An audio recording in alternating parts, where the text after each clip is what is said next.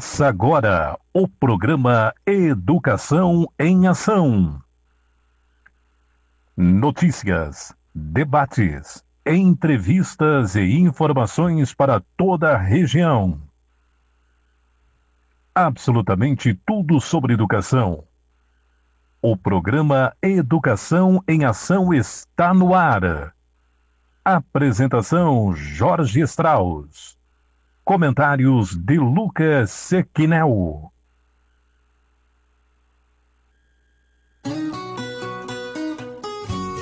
Alô, Cocal do Sul!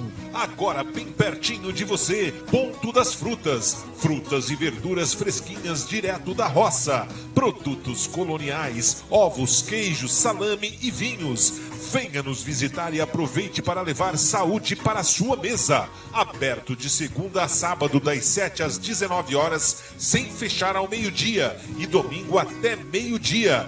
Ponto das Frutas, Rua Alfredo Del Priore, 83 Centro, ao lado da Igreja Matriz, em Cocal do Sul.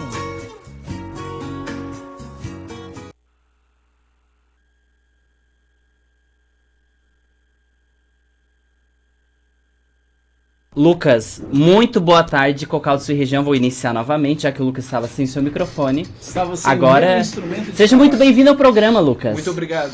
Um convidado fixo aqui, né? É um convidado fixo. Gente, seja muito bem-vindo ao nosso programa, você que está pela rádio ou pela live no Facebook. Esse é o Educação em Ação. Começamos já com o apoio do Ponto das Frutas, um apoiador aqui da rádio.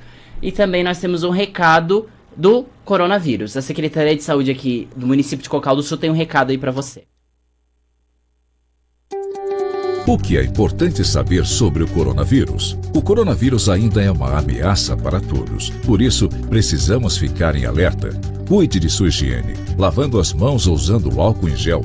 Use máscara em ambientes públicos ou privados. Mantenha a distância de 1,5 metro de outras pessoas. Caso tenha sintomas como tosse, febre, dor de garganta ou dificuldade para respirar, procure imediatamente o centro de triagem ou unidade de saúde. Cocal do Sul contra o coronavírus. Secretaria Municipal de Saúde. Tá aí, Secretaria de Saúde, Municipal de Saúde aqui de Cocal do Sul, dando esse recado muito importante sobre o coronavírus. Tu viu, Lucas, que tá vindo a segunda onda? Isso. Gostaria até de comentar que, para além da destruição de famílias, de histórias, né, Jorge, nós temos aí uma nova trama econômica global, né? Ou seja, queda de bolsa de valores, PIBs em queda, países aí tentando estabelecer novas normas de restrição porque o número de casos não para de aumentar. Fátima Alexandre Monteiro, seja bem-vindo. E Paulo César Rosso já colocou aí um meme. Tá chovendo bastante, né, Lucas? Tá chovendo. Tá chovendo, hoje é um dia chuvoso, é bom pra ficar em casa, parece que o feriadão vai ser com chuva. É bom que aí o pessoal não se joga pra praia, não vai ter aglomeração, não vai ter nada, né? Nós estamos em uma curva descendente, mas isso não quer dizer que aos poucos os casos não possam aparecer, como nós tivemos o registro na Itália, Jorge. Não sei se ficasse sabendo. Sim, com certeza. Nós tivemos o registro de mais de 27 mil casos. Então, sério? 27 mil novos casos nas últimas semanas na Itália, que havia se tornado um bom exemplo, né, nos últimos 2, 3 meses, principalmente pelo combate efetivo, né? Sim. Ao coronavírus. Mas... e eu vi ali que tiraram sobre a Aninha, para votar número 11, colocaram ali, mas já tiraram. Hoje nós separamos, você que está nos acompanhando na rádio ou na live, você vai ter a oportunidade de acompanhar a pesquisa que realizamos dos 3 candidatos a prefeito aqui da região de Cocal do Sul, da cidade de Cocal do Sul, e as propostas educacionais. Então nós pegamos de todos os 3 candidatos suas propostas para a educação e vamos debater aqui no programa. E semana que vem vamos fazer do município de Criciúma, Lucas. Isso mesmo. Sempre lembrando que começamos por Cocal, porque Cocal é a sede da nossa rádio, apesar de termos boa audiência em Criciúma também, né, Jorge? Temos. Mas, Jorge, o que nós vamos ter no programa além dessas propostas dos candidatos à prefeitura de Cocal? Então, quer saber já as propostas? Não, na realidade, o que nós vamos ter nesse programa de hoje? Bom, então tá. Censo escolar. A gente vai iniciar hoje com o Censo Escolar 2020, porque foi realizado as matrículas foram realizadas e O INEP afirmou que essas novas matrículas de estudantes transferidos de escolas privadas para pública. Então é algo interessante da gente debater. A gente vai falar também sobre um projeto de lei de prestação de contas, que é imposto aos municípios e estados. Sobre o PDDE, novamente, Lucas, aquele programa Dinheiro Direto na Escola. Semana passada nós discutimos esse assunto, vamos voltar nele porque tem informação nova sobre o assunto. Também o MEC está dialogando muito sobre ano que vem, possivelmente, um investimento maior no ensino à distância. Então a gente vai falar também sobre esse investimento que vão realizar. E nós temos 2 quadros hoje, que é o Escolas da Nossa Região e Educação pelo Mundo. E hoje é sobre o que, Lucas? Isso, Escolas da Nossa Região. Vamos falar um pouquinho sobre a escola UDUDEC, lá do município de Treviso, uma escola muito antiga. Vamos entender ali o papel dessa escola, que já pertenceu a Uruçanga, já pertenceu a Siderópolis e a Treviso. Mas depois vamos explicar aí com toda certeza, né, por que ela já foi de 3 municípios, né? Bom, além das eleições de 2020, vamos falar aí do ex-ministro Weintraub e vamos falar do Milton, novamente. O Milton ressurge. Sempre são notícias. Ressurge com polêmicas, e hoje a polêmica do Milton é sobre sexualização. Não é nem sexualidade, a gente já tem que deixar claro. E ele inventou de fazer uma reunião com o arcebispo. Olha só. Eu acho assim, arcebispo e educação tem muita conexão. E ele decidiu aí ter uma conversa longa com o arcebispo e a gente vai ver o que deu essa conversa. Também a gente vai falar sobre cargo comissionado, que é principalmente agora é época política, né? É algo muito estimado e super valorizado para o próximo ano. E jovens no mercado de trabalho, quais são as propostas e planejamentos para que os jovens saiam da escola conseguindo ter acesso ao mercado de trabalho, e também a famosa história da escola cívico-militar. Um debate interminável, mas que o pessoal sempre, né, sempre que pinta uma novidade, Jorge, o pessoal exige que nós discutimos esse tipo de informação, né? Qualquer novidade, a gente sempre fica ligado ali, né? A gente tem um recado aqui. Opa, vamos ver que recado é esse. Eu vou ler, eu vou até pegar o celular para fazer a leitura, antes de iniciarmos as matérias. O Gilbertinho da Viola. Seja bem-vindo ao nosso programa, Gilbertinho. Boa tarde, amigo. Gostaria de oferecer aos seus ouvintes pisadinha no salão. Olha só. Continua lendo. Com Gilbertinho da Viola no YouTube. Obrigado e fique sempre com Deus. E ouça as músicas de estilos variados. Obrigado por curtir e divulgar. Fique sempre com Deus. Gilbertinho, obrigado. O canal dele faz parte, né, Jorge? Que legal. Muito obrigado por lembrar do nosso programa. Está divulgado. Gilbertinho da Viola, Tintim. Uberlândia, Minas Gerais. É de Uberlândia? Uberlândia, ele tá deixando ali, ó, cantor e compositor. De Uberlândia. Muito sucesso aí no seu trabalho e que seja muito divulgado. E quem sabe toque a sua música aqui no programa, né? E um detalhe, né, Jorge? Manda aqui pra rádio sua música. Isso, manda aqui pra rádio. Bastante gente fala do interior de Minas Gerais, né? Eles falam de Uberlândia. Uberlândia é muito maior do que Criciúma, por exemplo, né? Criciúma é uma cidade famosa, mas Uberlândia é muito maior. Uberlândia. E é sertanejo, então é raiz, né? Então a gente vê que é sertanejo raiz. Tá bom. Está divulgado Gilbertinho da Viola, Tintim. Tintim. Vamos lá, Lucas, vamos começar com as notícias. Primeiro, o Censo Escolar 2020. Migração de matrículas durante a suspensão de aulas poderá ser declarada, isso de acordo com o INEP. O Instituto Nacional de Estudos e Pesquisas Educacionais Anísio Teixeira, o INEP, afirmou que todas as novas matrículas de estudantes transferidos de escolas privadas para escolas públicas, feitas após o dia 11 de março, data de referência, podem ser informadas no Censo Escolar 2020. No entanto, o Instituto ressalva que as matrículas só devem ser declaradas caso o procedimento não tenha sido feito pela escola particular de origem. A posição é uma resposta a uma demanda feita pela Confederação Nacional dos Municípios, que tinha preocupação quanto à mudança de estudantes durante o período de suspensão das aulas. De acordo com a CNM, as novas matrículas precisam ser registradas durante o processo de conferência e retificação das informações do censo de 2020, cujo prazo termina em 30 de outubro. Lucas, então a gente vê aí que o INEP, ele está dizendo que essas novas matrículas de estudantes transferidos de escola privada para a pública foram feitas ali após o dia 11 de março e tem aumentado. Esse foi o censo que foi estabelecido. E a gente vê, eu estava vendo uma notícia hoje no Distrito Federal, Lucas, 31 mil matrículas foram perdidas na escola privada para a escola pública. Isso. E na nossa região não é diferente. Não é diferente. Claro, o número é menor, porque o número de habitantes é menor, então acaba, né, sendo parelho. Mas tem sim diminuído muito nas escolas particulares o número de matrículas, ou talvez de rematrículas, né? Isso, Jorge. Eu até gostaria de expor algo que eu andei conversando com alguns colegas que trabalham na rede privada, né, a rede particular, e muitos deles estão preocupados porque existe uma espécie de escolha de aulas também na rede particular, né? Ou seja, acaba o ano, você tem matrícula, você tem rematrícula, você tem novos alunos, porém, principalmente para o Fundamental 2, de 6º a 9º ano, e também para o ensino médio, nós temos uma grande evasão, Jorge, ou seja, uma evasão, pelo menos, né, pelo que o pessoal diz, 50% maior que o normal. Ou seja, ao invés de você perder ali, sei lá, uma escola particular de médio porte aqui da nossa região de 700, 800 alunos, ao invés de ela perder 80, 100 alunos, ela anda perdendo aí quase 200. É muito. É muito aluno. Então, nós temos, por exemplo, ao invés de abrir 5, 6 sextos anos, como é o caso de algumas escolas particulares, passam a abrir 4, 5, às vezes 3. Ensino médio, ao invés de abrir 3 ou 4 turmas, abrem 2. Então, Jorge, eu acho que 2021 vai ser mais um ano desafiador, principalmente para as escolas particulares.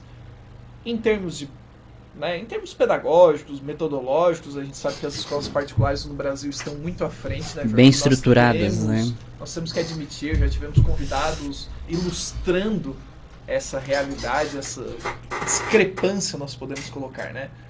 Mas eu acho que do ponto de vista econômico e também até eu acho de organização, essas escolas vão sofrer muito, porque você vai ter uma redução no quadro de funcionários, vai ter que buscar estratégias diferentes para captar esses alunos, porque eles são captados, eles são verdadeiros clientes. Então, quando nós temos uma pesquisa que revela, um censo escolar, aliás, que revela tal queda no Distrito Federal, em que há um poder aquisitivo elevado em determinadas áreas, né, do Distrito Federal, imagine em Santa Catarina, em que nós tivemos também uma regressão, né, uma diminuição do fluxo econômico, dos postos de trabalho. Então, eu imagino que vai ser mais um ano desafiador para as escolas que devem estar pensando muito bem em como agir no ano que vem. Está em tramitação na Câmara de Deputados um projeto de lei que suspende o prazo para prestação de contas e iniciativas da escola básica. A gente falou semana passada que ele tinha uma data para entregar a prestação de contas. Agora esse projeto de lei está para suspender. Vamos ouvir.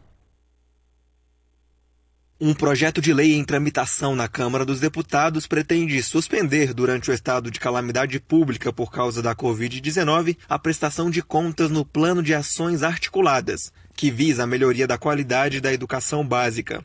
O PL 1641, de autoria da deputada Aline Sleutes, do PSL do Paraná, altera a Lei 12.695 de 2012. Essa norma autorizou repasses da União para estados e municípios sem a necessidade de convênios, acordos, ajustes ou contratos. A contrapartida era que houvesse prestação de contas no prazo de 60 dias. Segundo a deputada, a pandemia paralisou diversas atividades do setor público e privado, o que limitou a aquisição de insumos necessários ao cumprimento das metas. O texto tramita em caráter conclusivo, ou seja, dispensado da deliberação em plenário, e será analisado pelas comissões de Educação, de Finanças e Tributação e de Constituição e Justiça e de Cidadania. Jorge, antes do quadro Jorge Polêmico, que eu tô tentando. Hoje eu tô uma pessoa muito humanizada, eu tô uma pessoa bem calma, eu tô tranquilo hoje. Tá sereno. Hoje eu tô sereno. Good vibes. Jorge, antes gostaria de mandar um abraço, né, para Maria Albertina Gabriel, que nos deu boa tarde. Ah, que legal, no meu não apareceu. Boa tarde. Boa tarde, né?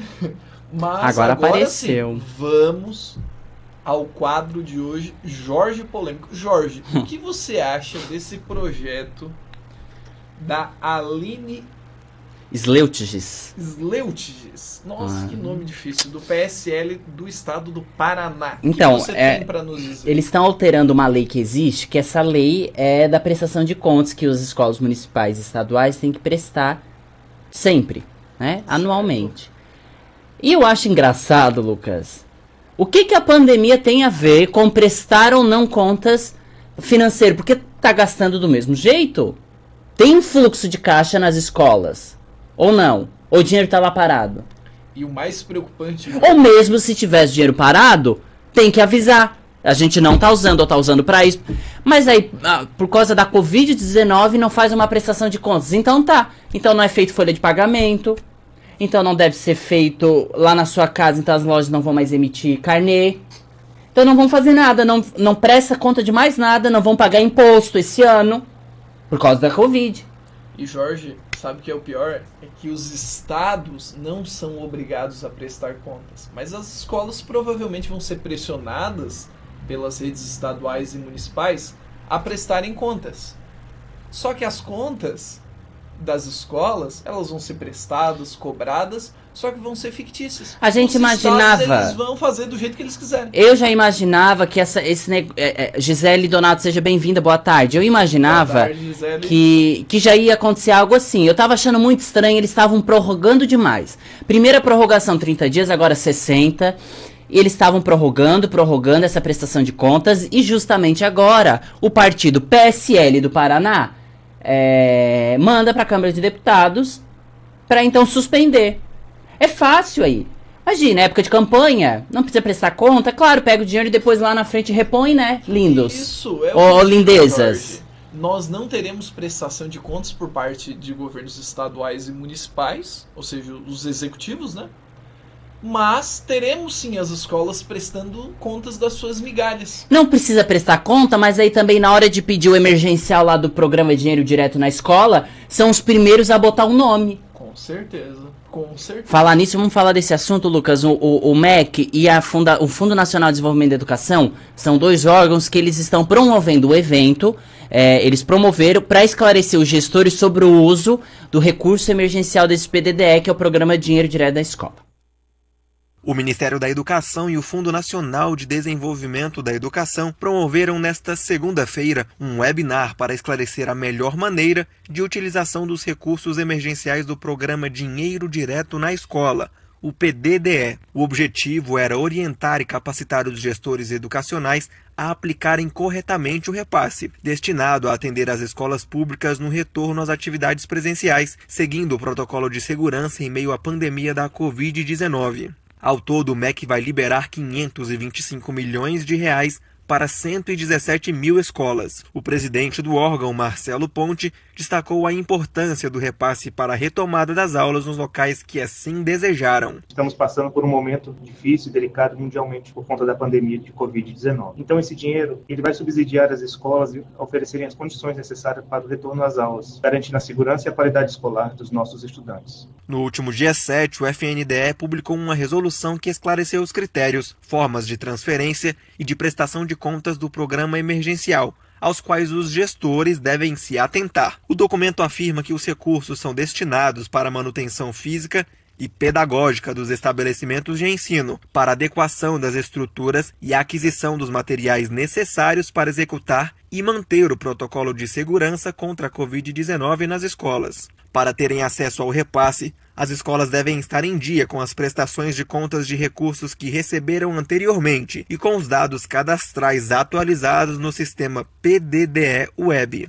Vale lembrar que o prazo para adequação a esses requisitos se encerra na próxima sexta-feira. Os técnicos e gestores devem se atentar também na hora de prestar contas sobre os gastos com os recursos oriundos do programa, já que o FNDE tem documentos que tratam do tema especificamente. Um dos pontos mais importantes é fazer uma pesquisa de, no mínimo, 3 orçamentos para a compra de um produto ou serviço. Getúlio Rocha Filho, coordenador da prestação de contas da autarquia, destaca que os gestores devem se ater aos limites estabelecidos na resolução do programa, que indica a destinação dos gastos. A minha orientação é: não fujam muito, vocês gestores e técnicos, do que está estabelecido aqui em resolução. Então eu tenho aí essas despesas que são voltadas para o PDD emergencial e que a gente possa manter os gastos dentro dessa linha aqui. Neste ano, o PDD já transferiu mais de 1 bilhão e 100 milhões de reais para as escolas. Em relação aos 525 milhões emergenciais, o FNDE afirmou que trabalha para que os valores cheguem às escolas em meados de novembro. A autarquia ainda vai divulgar, por meio de uma nota técnica,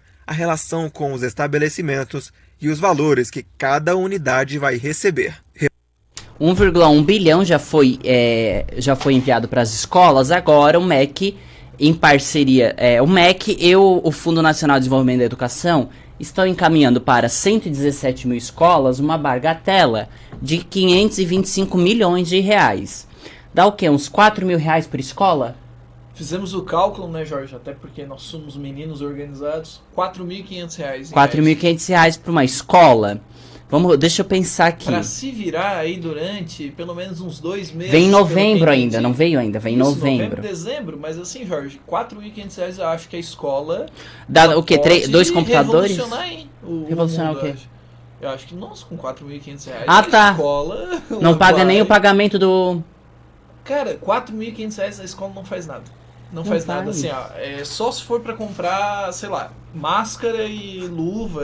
Não, nem enfim, pra isso. Só essas coisas, assim. E tem que ser escolas nanicas, né? Mas 117 mil escolas, vai ficar a escola de fora, né? Eu imagino que todas vão receber. Abrange todo assim, o Brasil, 117 mil escolas, será? Muito provavelmente sim. Né? Muito provavelmente sim. Todas mas, ó, R$4.500... esse programa de dinheiro direto na escola, ele não pode ser usado pra tudo. Né? Ele tem ali critérios, tem até o PDD Web, lá tem as instruções, né? E a parte de prestação de contas. Não, Jorge, o que eu falo é que o que foi insinuado, né, no áudio que nós mostramos é que esses R$4.500, né, o equivalente, enfim, vai ter uma distribuição aí levando em consideração o tamanho das escolas, o número de alunos, blá blá blá. Tem que lembrar que esse R$4.500 também ele vai ser usado para contratar serviços especializados de desinfecção de ambientes. Isso. Então você que cobra menos de R$4.500, faz aí um orçamento mais baratinho, porque as escolas estão recebendo só R$4.500, tá? Não tem mais que isso. A realização de pequenos reparos, ainda bem que deixou claro que são pequenos. Mas pequenos mesmo. Bom. Reformar o corrimão e gasto com acesso ou melhoria de acesso à internet para a comunidade escolar. R$4.500 para a comunidade escolar. Bacana. Nossa. Ninja. É o seguinte, eu não vou ler mais. Chega. Porque se for para seguir o que tem aqui, o 4.000 já foi faz tempo. O 4.500 já não chega com 4.500. Porque isso vai ser repassado... Claro, vai ser repassado para a escola, mas nós não podemos esquecer que quando a escola emite ou faz um orçamento, as empresas cobram mais. Já ouvi isso falar disso, né, Jorge? Então, eu até... na APP de algumas... Já trabalhei na APP. Tu é o tesoureiro? Agora sou tesoureiro da nossa APP ali do colegião. A gente luta bastante. Xiii. Mas é muito difícil, cara. Meu guarda-chuva. Teu guarda-chuva tá lá na escola. Eu quero o meu guarda-chuva. Pode trazer pra mim, por gentileza? Não, tu tem que ir na escola pegar e oferecer a tua assinatura. Mas pega lá. Não posso. O Enio Leonardo. Falsificação, uma falsidade ideológica. Eu digo pro Enio que eu não vou precisar assinar. E eu digo que o comentarista vai lá buscar. Ok. Aí tu tá aprovado. Porque eu sei que tu joga uma bolinha lá. Jogava. Jogava? Jogava. Bons não tempos. Tá indo mais? Não tem mais. É pandemia, né? Pandemia danada. Não tem mais jogado, né? Não. Infelizmente. Não tem saído, jogado? Não. Tá jogado as traças em casa? Aposentado. Eu tô pior que esses R$4.500 que o MEC vai enviar aí. O teu tá sobrando o teu dinheiro, né? Não tá sendo pra gastar? Com certeza. Tô guardando no porquinho. Tá guardando no porquinho. Bom, mas o MEC, ele tá investindo... Investindo não, ele tá estudando... para expandir ofertas de EAD na educação superior. Esse sim é um bom investimento, hein? Eu vou Tá, investir nisso. mas vamos ouvir para depois a gente discutir. Com o intuito de aumentar a oferta de vagas de educação à distância na educação superior, especialmente nas universidades federais, o Ministério da Educação criou o Plano de Expansão da Educação Superior por meio digital. A proposta é coordenada pela Secretaria de Educação Superior do MEC, que tem acompanhado o crescimento do EAD nos últimos tempos. Os recursos digitais estão sendo cada vez mais utilizados, sobretudo após se tornarem alternativa para manter ou retomar as atividades de ensino em meio à pandemia de Covid-19. Segundo o Censo da Educação Superior de 2019, divulgado na última semana pelo INEP, mesmo antes da pandemia, os recursos de EAD já estavam em alta. Em 2019, pela primeira vez na história da rede privada de ensino, o número de integrantes do curso EAD foi superior à quantidade de estudantes matriculados presencialmente. Além disso, a oferta de EAD seguiu a tendência, onde a quantidade de vagas ultrapassou a oferta nos cursos presenciais de educação superior, crescendo 45%, enquanto a modalidade presencial cresceu apenas 5,2%. Pode comentar, Lucas, eu não prestei atenção. Bom... não acabou. Não havia acabado o áudio, mas tá, é a parte selecionada aí por nós. Mas assim, né, Jorge, nós estamos percebendo que o MEC ele está abrindo um leque ainda maior e possibilitando a esses centros universitários e também as próprias universidades que pertencem, né, ao regime federal e estadual também, maior número de cursos à distância. Ou seja, investimentos diretamente ligados... Tá quente aqui, né, Lucas? Investimentos diretamente ligados à educação à distância. Por quê, Jorge? Nós tivemos nesse período de pandemia universidades, né, se reinventando, se propondo a desenvolver materiais, métodos e metodologias para continuar ofertando alguma forma de ensino. Claro que nós vamos questionar a qualidade, temos todos aquele debate, temos todo, né, debate no envolto da qualidade. Porém, devemos entender também que 2021 nós podemos continuar com o ensino remoto.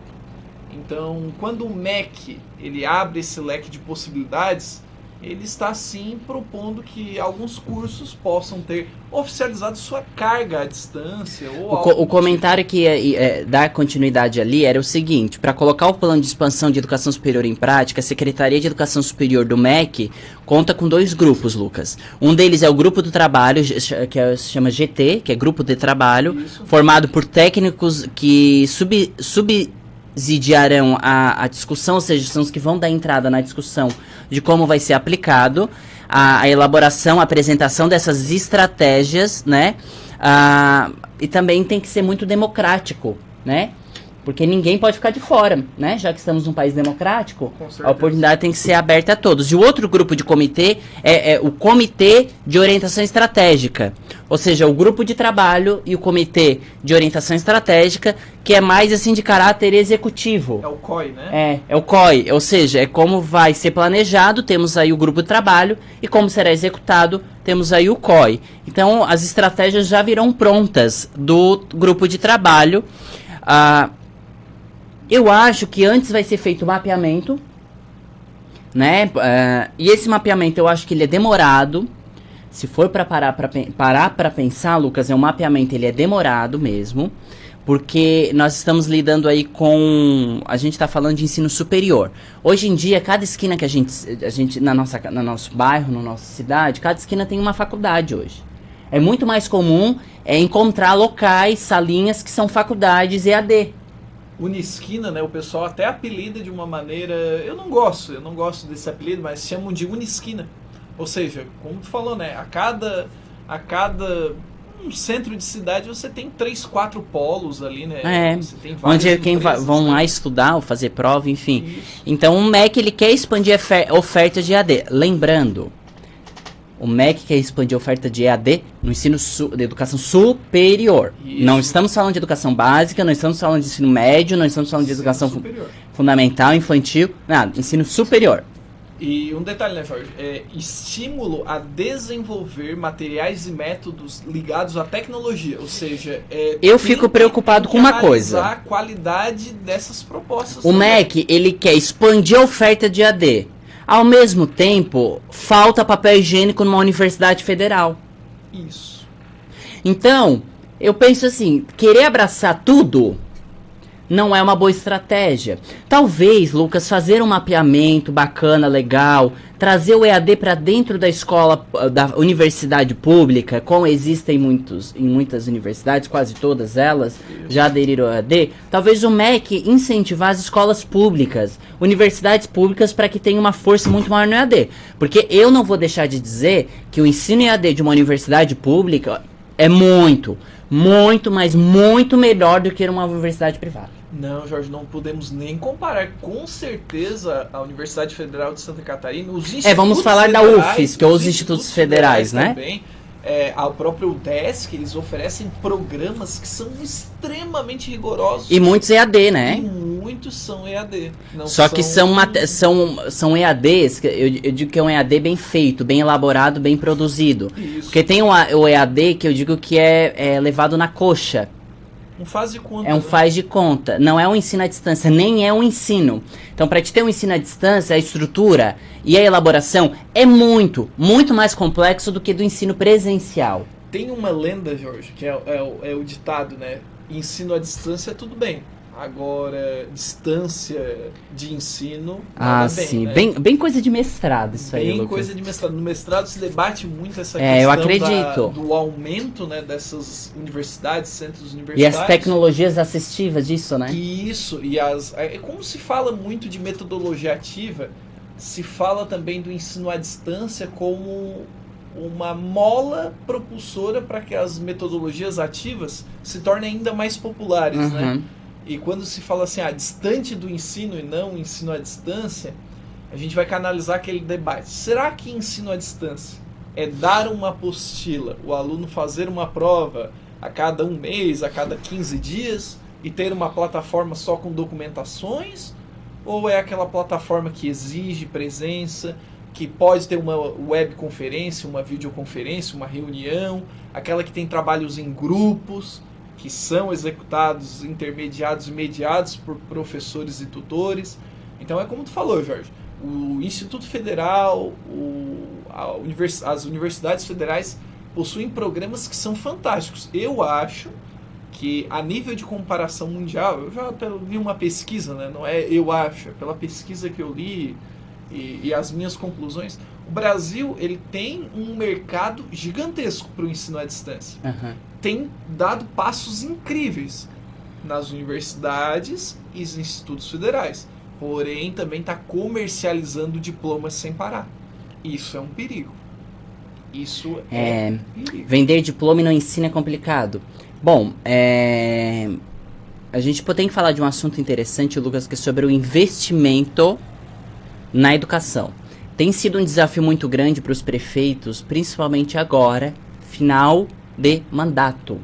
Nossa, né? Final de mandato. Porque desde março os prefeitos aí estão lidando com situações na educação muito delicadas, e agora final de mandato, como que ele vai deixar pro próximo, ou que seja o que está atuante hoje, ou que seja um outro.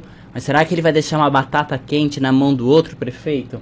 É um perigo, é algo que a gente tem que pensar, né? É isso mesmo, Jorge. Um detalhe importante é que nós temos, sim, alguns prefeitos finalizando, né, o seu cargo executivo. Eu vou citar um exemplo. No município da Içara, por exemplo, o Muriado Gastaldon não pode ser reeleito porque ele já cumpriu os seus 2 mandatos. É um caso raro aqui na nossa região. Clésio Salvário vai tentar o seu 2º mandato, depois de toda aquela confusão que não vale a pena debater agora, né? Que foi, voltou. Nós temos aqui o município de Cocal, nós temos o município de Siderópolis, sempre com eleições muito equilibradas. Mas, para além do equilíbrio, nós temos o equilíbrio financeiro em debate aqui. Será que os prefeitos, secretários, eles vão se empenhar nesses 2 meses? A gente pode colocar, são os 2 meses finais. Estamos aí entrando amanhã em novembro já, isso. Então... Vamos colocar que são os 2 meses, né? Porque... Hoje no Halloween? Halloween. O Halloween, vamos falar desse assunto. Vamos ouvir a reportagem aí do investimento em educação, que é um desafio aí para os prefeitos. Desde março, escolas de todo o país estão fechadas ou funcionando parcialmente. A pandemia teve impacto significativo no desenvolvimento da atividade curricular ao longo deste ano e esse impacto também foi sentido no investimento público. Pela Constituição brasileira, os municípios devem destinar 25% do orçamento para investimento em educação. Prefeitos em final de mandato terão o desafio de cumprir essa meta mesmo em meio à crise sanitária. Em relação aos gastos diretamente relacionados com a pandemia, houve movimentação congressual que permitiu a flexibilização de despesas. No entanto, não houve um olhar específico para ajustar os gastos com educação. Para o pesquisador em Educação e Psicologia, Afonso Galvão, alguns municípios vão deixar de cumprir o investimento previsto na Constituição por falta de planejamento. A ideia de cumprir 25% durante um período de pandemia seria talvez mais simples do que em períodos de não pandemia. As escolas estavam fechadas, mas havia uma educação online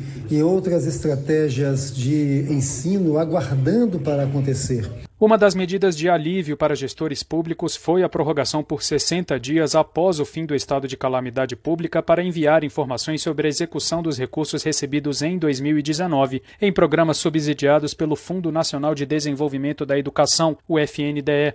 Entre os programas que deverão realizar a prestação de contas estão o Programa Nacional de Alimentação Escolar, o Programa Dinheiro Direto na Escola e o Programa Nacional de Apoio ao Transporte Escolar, entre outros. Para o advogado especialista em direito financeiro, Tiago Sorrentino, a medida do Ministério da Educação dá fôlego aos estados e municípios, mas ainda é insuficiente. É sempre útil, é sempre capaz de dar um fôlego maior para os municípios, mas me parece que é insuficiente. Não adiantaria prorrogar prazo de cumprimento de obrigações acessórias meramente contábeis ou meramente para demonstrações financeiras. Seria necessário, na verdade, uma intervenção do próprio Congresso. O normativo do FNDE também prorrogou o prazo para que os conselhos apresentem a análise de seus respectivos programas. Após o fim do prazo de envio das prestações de contas, os conselheiros terão 60 dias para verificarem as informações e apresentarem seus pareceres. Reportagem Tiago Marcos.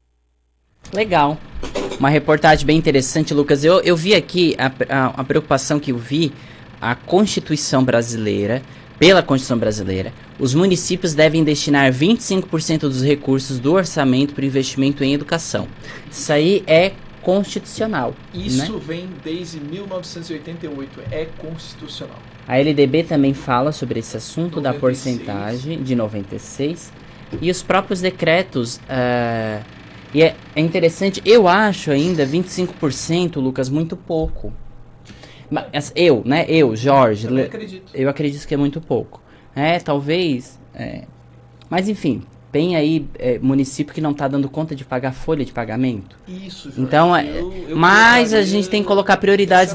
A Constituição é a prioridade, né? Constituição brasileira. Sabe e a ideia de... Jorge, o que? Antes de completar a linha de raciocínio, que nós temos mais de 1.000 municípios no Brasil que não conseguem sustentar sua folha de pagamento. Então, esses 25% realmente parecem muito, né, para alguns municípios, mas para um município grande de 200, 300 mil habitantes, organizado economicamente e socialmente... Mas a gente não pode esquecer de um detalhe, tá? Ano que vem tá vindo dinheiro a mais, porque vai ter liberação de verba, que é aquele incentivo do programa Ensino Médio em Tempo Integral, que as escolas estão se inscrevendo. Isso, até peguei uma informação aqui, Jorge. 35% dos municípios brasileiros não conseguem atingir receita para pagar suas próprias despesas. Então, eu tinha falado mais de 1.000, né? São quase 2.000. Porque mais de quase 2.000, né? É bastante, né? E 70% dos municípios dependem de 80% de verbas estaduais e federais, da junção. Isso é muito... Significa que existem municípios pobres que não conseguem pagar conta, né? E aí é complicado também esses municípios pobres ter que tirar 25% para dar na educação. É complicado, então talvez, né, governo federal, por isso que o governo federal, ano que vem, estará liberando aí incentivos para o ensino médio tempo integral. Mas o incentivo para o ensino médio em tempo integral não é verba destinada a municípios, e sim a estados. Então, como vai ser distribuído o dinheiro é uma outra história, né? Claro, a gente sabe que se é distribuído para o estado, automaticamente vai ser distribuído para escolas estaduais no município. Mesmo assim, o problema não foi resolvido, porque o problema maior não está no ensino médio, não está na rede estadual. E a gente sabe que a rede estadual tem muito mais condições que uma rede municipal, né, Lucas? Isso. Jorge, para complementar essa informação que nós demos referente a investimento, até separei uma reportagem, né, da transição do ano passado até para esse ano, a ideia do Pacto Federativo, até para incorporação de municípios, né? Em Santa Catarina nós temos muitos municípios que possuem menos de 5 mil habitantes e que a receita é inferior, né, a 10% da receita total. Ou seja, não consegue cumprir o básico. Desses municípios nós temos alguns aqui do extremo sul do estado, como é o caso de Ermo. Quando a gente fala Eu não conheço. Ermo é próximo de Turvo, é um município realmente muito pequeno. E quando a gente fala daqueles que possuem menos de 5 mil habitantes e conseguem se sustentar, mas ainda possuem problemas também financeiros, nós temos alguns que são próximos aqui da gente, como Rio Fortuna. Rio Fortuna eu conheço. Isso, então assim, nós temos muitos municípios em Santa Catarina que são muito pobres e, além de pobres, também fazem parte desse mapa, né, de risco de incorporação.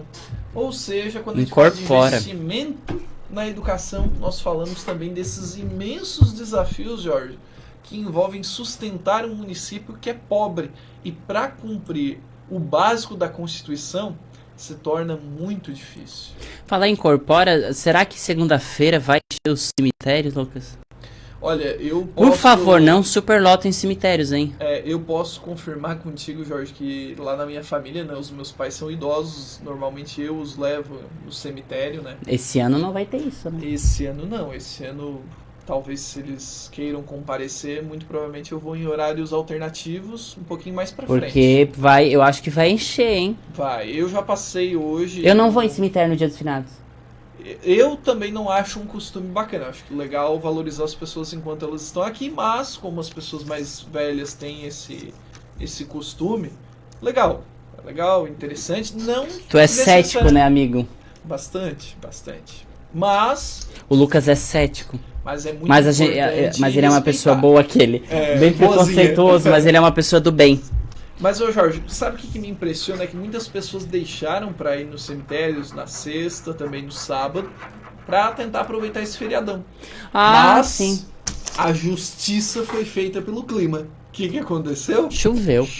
Graças a Deus. Muito bem. Deus é mais. Viu? Muito mais. Evitou que a pandemia se expandisse no nosso... Ei, Praia do Rosa, Florianópolis, quem viajou pra lá. Eu ia, sabia? Eu ia hoje. Abandonando seus ouvintes. Não, eu ia hoje à tarde pra Florianópolis e voltaria na segunda ou terça. Só que amanhã eu trabalho, Lucas. Eu trabalho no domingo, tu acha que é o quê? Olha só. Domingo eu tô lá, amanhã estarei na RTV.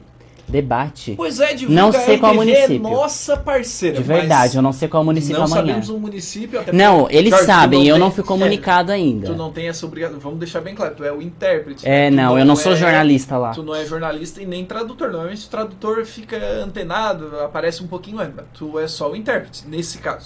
Mas é uma coisa muito importante. Obrigado. Não, amanhã eu vou mais cedo e vou saber o município, mas amanhã tem debate na RTV às 19 horas. 19 horas. Inicia na RTV, também vai estar lá no Facebook, na RTV, no YouTube, nossa parceira amigaça, e eu estarei lá amanhã. Qual é o número da RTV Sinal Digital? 19 ou 19.1. 19 ou 19.1. 19.1 eu acho que é o digital. Imagem muito lisa, boa. Muito boa. Eles estão com uma estrutura bem bacana lá. Que legal. Ontem eu fui lá para fazer uma gravação para um candidato a vereador de Passo de Torres. Olha que bacana. Fui fazer uma tradução lá para eles. E eu achava que eu ia encontrar o meu pai lá.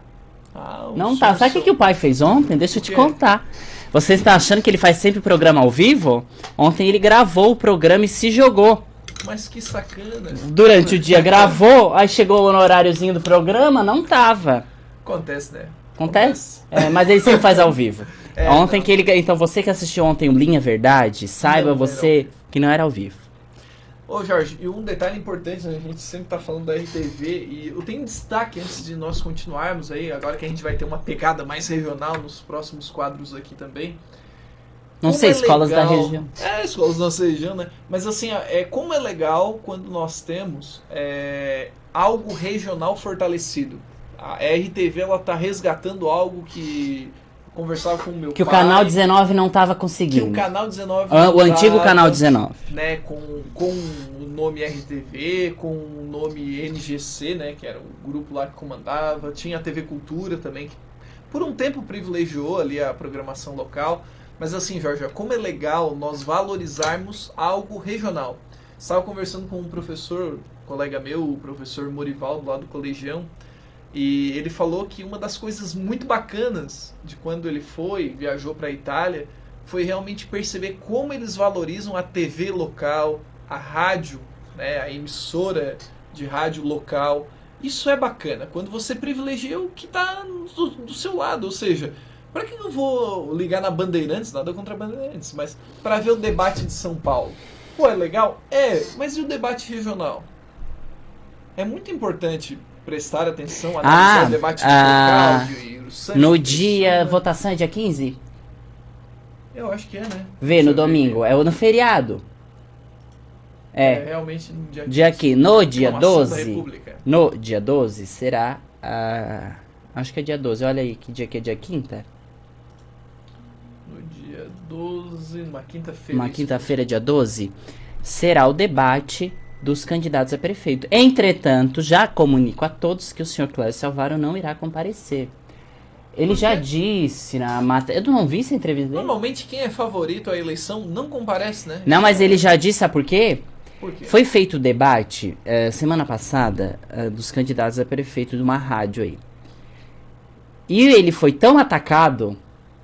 que ele disse depois em entrevista que foi o último debate que ele foi antes da votação. Olha só. É o direito... Não. E por mais, eu não vou dizer aqui preferido ou não preferido, porque eu não tornei público quem é o... Quem é o atacante. Não tornei público, até mesmo porque o Ministério Público já está fazendo isso. Certo. Entretanto, é o direito dele, né, de não... E eu acho que ele não vai perder ou ganhar voto por deixar de ir no debate, não.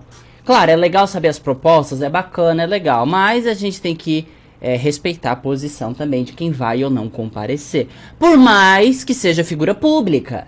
Claro. Não é porque é figura pública que tem que estar em todos os eventos públicos. Não é possível muitas vezes, porque ele é prefeito da cidade ainda. Sim. Então ele tem seus trabalhos locais. Mas o que eu quero dizer é o seguinte, no debate da RTV, ele não estará presente. Ele falou isso, que ele não vai mais em nenhum debate. Só se até dia 12 ele mudar de ideia. Que eu acho muito pouco provável. Eu lamento do ponto de vista democrático. Eu acho que o debate ele faz parte de um contexto político.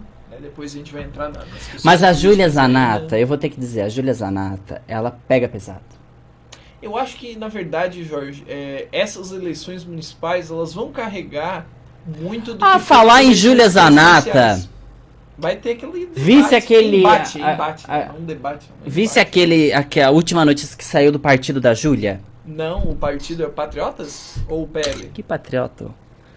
O coligado com ela que foi. Não, mas qual é o partido dela? O PL, né? É PL? Achei que era Patriotas, porque o Patriotas também segue essa linha bem extrema, né? É PL ou PSL? O dela? Agora eu não lembro. Eu acho que é PSL. PSL? Dá uma olhada. Mas o que eu achei engraçado é que o cara coligado com o partido dela foi indiciado e foi... PL, realmente. É PL? Foi... como que é, Lucas? Foi interrogado e foi... Caçado, não é caçado que se diz. Sentenciado mesmo. Olha, sentenciado. Foi, dá uma olhadinha aí. Do partido, depois. Pesquisa. Eu achei... E aí, não adianta dizer que é de acordo com o Bolsonaro e depois aparecer gente assim. Não adianta mesmo. Bom, mas vamos lá, vamos falar das escolas da nossa região. O Lucas preparou o quadro pra gente. E hoje é que escola, Lucas? Hoje nós vamos conhecer um pouquinho mais sobre a Escola de Educação Básica Ududec. Sabe onde fica, Jorge? Qual o nome? Ududec. Ududec. Não faço, nem conheço. É aqui? É aqui em Santa Catarina. Não, tô brincando. É aqui no extremo sul de Santa Catarina, né? Nós estamos falando de uma escola que fica localizada no município de Treviso. E um detalhe importante, Jorge, antes de começar, eu gostaria de dizer que todas as versões, né, todas as edições anteriores do Educação pelo Mundo e de escolas de nossa região estão disponíveis também no meu canal no YouTube. A gente até idealizou, né, Jorge, montar uma espécie de um podcast. E depois eu recebi a sugestão da Gisele Donato, que deu um boa tarde para nós, de colocar também algumas imagens, né, que possam ilustrar essas escolas. Quem é Gisele? Então, a Gisele já deu um recado aqui. E no final Conhece das ela? contas, conheço. A Gisele foi nossa aluna do magistério. A gente sempre conversa, ela mora em Portugal. Ah, a Gisele de Portugal, uma querida. Ela sempre manda algumas notícias bem legais sobre Portugal. Legal assim para ficar sabendo, né? Porque às vezes são notícias bem ruins, principalmente agora com o Covid, né? Mas o que eu falo é que a ideia dela foi bem legal e esse vídeo já do Ududec já está publicado ali no meu canal, o canal Lucas Sequinel, e mostra algumas imagens dessa escola. Bom, então vamos exibir para depois comentar um pouquinho sobre essa escola. Vai que Perfeito? é tua.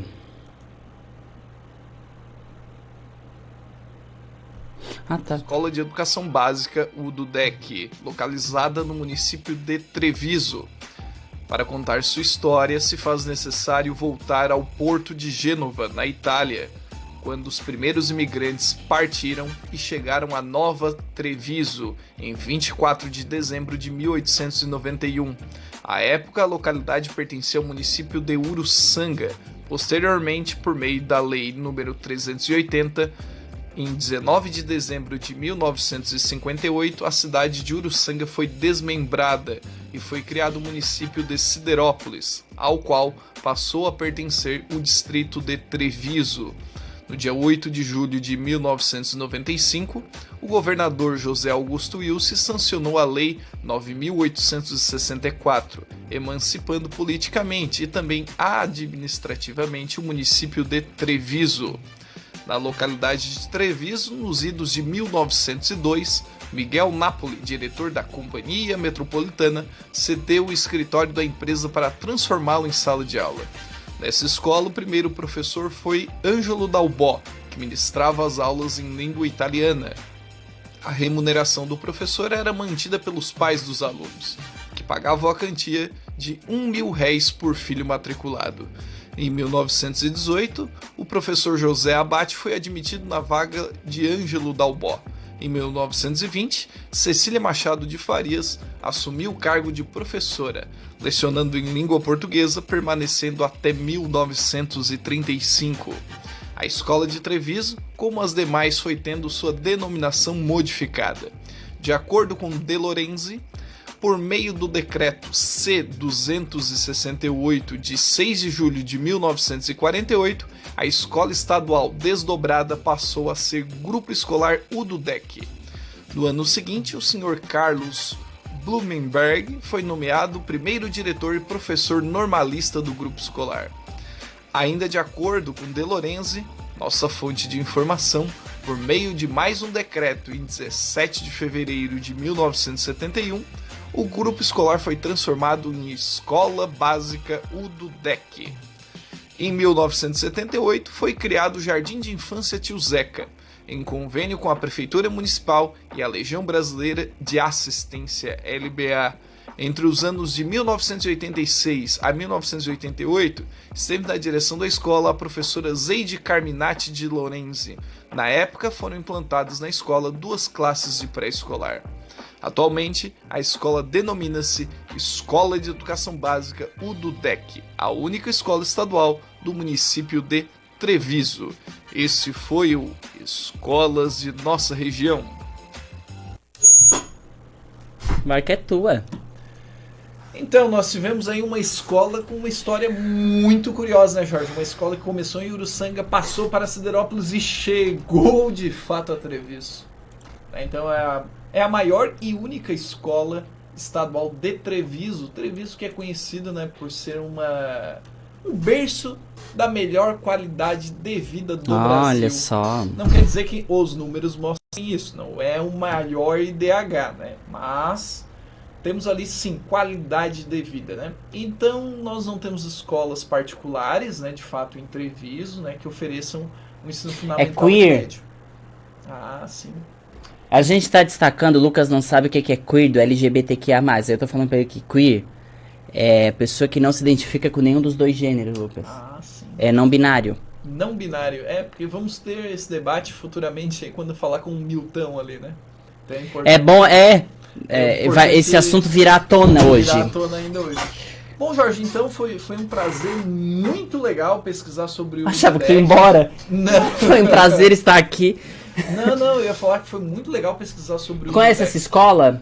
Na verdade, nunca tive o prazer de lecionar. Fica em que cidade? Fica em Treviso. Eu percebo assim. Fica em Treviso. Treviso. Treviso aqui pertinho. Aqui do lado. O que eu falo é que essa escola já esteve em 3 municípios. Não, Treviso é pra Siderópolis. Sabia, Jorge? 3 municípios. Já foi de Uruçanga. Uruçanga desmembrou, saiu Siderópolis. Só que de Siderópolis saiu Treviso. Entendi. Ou seja, que bacana. Já esteve em 3 cidades. Tá bom. Lembrando também, existe uma escola chamada Ududec em Blumenau. Ok. Ao longo da pesquisa achei isso também. Bom trabalho. Mais legal, um quadro bem elaborado. É isso aí. Mas agora temos também o legal, tu tá com um tempo bem legal, tu tá bem rápido o teu tempo, né? Cara, eu tô ativo. Tu tá com sono? Não. Jorge, imagina se tivesse. Jorge, agora temos o Educação pelo Mundo. E nessa semana também, a pedido de algum colega... Eu não acredito. Para tudo. Alguém pediu. E eu não acredito que teve... Porque eu não sei o que o Lucas vai falar, que eu nunca sei. Nunca sabe. Os quadros daqui... Sempre uma surpresa. É uma surpresa. Confidencial. Eu até tenho medo disso aí. Vamos hoje, Educação pelo Mundo, falar do Jorge, sabe? Uma coisa meio louca. Uma coisa assim, sabe? Fala de um professor muito especial, Peralta. Eu não acredito. Só me diz que não é da China. Isso, é da China. Em homenagem a toda essa questão que... Homenagem o quê, Lucas? Envolve a primeira posição no PISA. Porque nas semanas anteriores alguém questionou sobre o PISA. E nós mostramos que a China lidera o PISA. Em vários segmentos. Ele tem pisado bastante no mundo pisa todo. Na né? concorrência toda. Ele tem pisado na concorrência. Os Estados Unidos tá... Olha só, não comprei a vacina, tá ok? Olha só, sai pra lá. Vamos lá. Sistema de educação da China, vai lá. Educação pelo mundo. Como funciona o sistema de educação na China? A China, para nós ocidentais, é cercada de vários mistérios. Uma das curiosidades se refere a como funciona o seu sistema educacional. Afinal, paga-se ou o ensino é gratuito? Que tipos de aulas se tem? Quais são as diferenças para os países ocidentais? Primeiro, taxas de educação na China. Na China, a educação é obrigatória e gratuita para cidadãos chineses de 6 a 15 anos. Embora os pais devam pagar as taxas de livros e uniformes. Todas as crianças chinesas recebem educação pública do ensino fundamental e médio. Cada classe tem em média 35 alunos. Logo após o ensino médio, os pais devem pagar, mas não se trata de uma escola particular, não. A instituição é mantida pelo governo chinês, mas a família arca com os custos mesmo assim. A maioria das famílias nas cidades podem pagar as taxas, mas nas partes rurais da China muitos alunos param de estudar aos 15 anos. Já para os mais ricos, há um número crescente de escolas particulares no país, bem como dezenas de escolas particulares internacionais. Consiste em uma transformação muito recente. Vestibular na China. No ensino médio, os alunos chineses começam a se preparar para o vestibular de lá para quem deseja ingressar no ensino superior. Os resultados determinam quais os participantes dos testes das universidades chinesas no ano seguinte. Aulas oferecidas nas escolas chinesas. Os alunos chineses assistem às aulas 5 ou 6 dias por semana, desde o início da manhã, aproximadamente 7 da manhã, até o final da tarde, às 4. Aos sábados, muitas escolas oferecem aulas obrigatórias de ciências e matemáticas na parte da manhã. Alguns alunos também frequentam o cursinho, que ocorrem normalmente à noite nos finais de semana. Assim como as aulas particulares no Ocidente, as escolas na China oferecem aulas adicionais de chinês, inglês, ciências e matemática, além de outras para reforçar conteúdos. Ademais, os estudantes aprendem história, literatura, música, arte e educação física. Métodos de educação chineses versus métodos ocidentais. A metodologia de ensino na China difere um pouco dos métodos de educação ocidental. A memorização rotineira ganha um foco a mais, sobretudo no que diz respeito à matemática, ciências e ao que eles chamam de estudos chineses. Além disso, existe uma extensa preparação para o vestibular durante o ensino médio. O ensino médio e o ensino médio para os exames de admissão à faculdade. As escolas na China têm atividades após as aulas, como esportes, aula de música, mas essas atividades não são tão extensas quanto as encontradas em escolas internacionais e no Ocidente. Período de férias. As escolas da China têm um intervalo de vários dias ou uma semana durante o feriado nacional no início de outubro, durante o feriado da primavera ou festival da primavera em meados de janeiro ou meados de fevereiro, dependendo do calendário lunar. Os alunos têm 1 a 3 semanas de folga. A próxima pausa é para o feriado do trabalho na China, que ocorre durante os primeiros dias de maio. Este foi o Educação pelo Mundo. Primeiro, uma boa tarde ao senhor Hélio Florentino, que assistiu, que eu percebi que tinha entrado na nossa live, eu não sei se ainda está presente. Hélio Florentino, um abraço, nosso amigo bolsonarista, uma pessoa muito querida. Olha só, um abraço pra você, Hélio! O Hélio vai amar isso aí, tá? Um abraço pro Hélio, um grande radialista. Muito bem. Tá ok. Bom, Lucas, mas por que a escolha da China? Na verdade é o seguinte, né, Jorge? Nas últimas semanas tivemos ali um envolvimento direto com a questão do PISA, né? Nós trouxemos notícias, nós trouxemos o que era o PISA no quadro Educação pelo Mundo. E uma pessoa também questionou, nossa, quem será o líder desse PISA, já que vocês elogiaram o sistema finlandês? Na semana passada a gente falou da educação na Finlândia, né? Eu achei uma perda de tempo. 6 princípios básicos sobre a educação finlandesa. E falar da China eu achei perda de tempo também. É que a gente, quando fala da China... A gente tá com um ranço da China tão grande. Pode ser por isso. Mas quando a gente fala e aí tu me escolhe a China. É que a China lidera o PISA. É difícil de combater toda essa qualidade. Nós devemos lembrar do seguinte... Não é só o PISA que lidera, hein? E vai liderar a economia mundial também, pelo menos no volume, né? Imagina de onde essa vacina, né? Não sei se a vacina chinesa vai circular o mundo todo. Já está carregada de preconceito também. Bom, Jorge, mas falando sobre o PISA, tá comunista? A China lidera. Nem a China é comunista, a China é um socialista de mercado. Eu acho que tu é, né? Então... O partido que lidera a China é um partido comunista. É, né? O partido que lidera. Se intitula assim, né? Então eu acho que é o... Olha, cuidado, Deng Xiaoping vai ficar bravo, hein? Ele com certeza tá assistindo nosso programa. Né? No túmulo, né? Com certeza. Vai saber, hoje é Dia das Bruxas. Mas às vezes tá aqui com a gente assistindo. Mas falando sobre... não, tu é cético, né? Tu não acredita? Eu espero que ele não esteja aqui, né? Vai que ele puxa a nossa perna aí. Parece que tá indo do teu lado. Bom, vamos falar de eleições 2020? Vamos. É o seguinte, as propostas dos candidatos à prefeitura de Cocal do Sul são propostas muito bonitas. Foi um Ctrl-C, Ctrl-V da LDB muito bem elaborado. Pois é, Jorge, eu estava lendo antes que você me enviasse ali, até a gente já tinha discutido, né, que teríamos esse espaço para discussão política, mas estão garantindo os direitos básicos. Agora é o quadro Lucas polêmico. Mas olha só, o que tem de novo ali? Tu então, viu alguma coisa? Tem uma coisinha outra nova, mas assim, replicada de planos que eu vi, por exemplo, o Dória defender há anos atrás, quando ele buscou ali a prefeitura de São Paulo. Também não entendi, mas vamos discutir, né? Seguinte, eu sou a pessoa mais equilibrada aqui, porque tu tá se exaltando, né? Daqui a pouco sou eu que vou me exaltar. Não, Olha no final, só, não estou exaltado! no final disso aqui, eu acho que quem vai ficar exaltado sou eu. Bom, proposta para educação. Lucas, temos aí 3 candidatos. Primeiro, o Adriano Possamay, dela, que é do partido Não, ele é do PSDB, né? Então temos aí o partido do nosso amigo Salvar. Temos a Aninha, do PP. E temos o Bolsonaro. Temos o Fernando Faveri, do MDB. E eu vi é Criciúma, né? Que é o do Bolsonaro. Então ali, volta lá pro último, Lucas, por gentileza.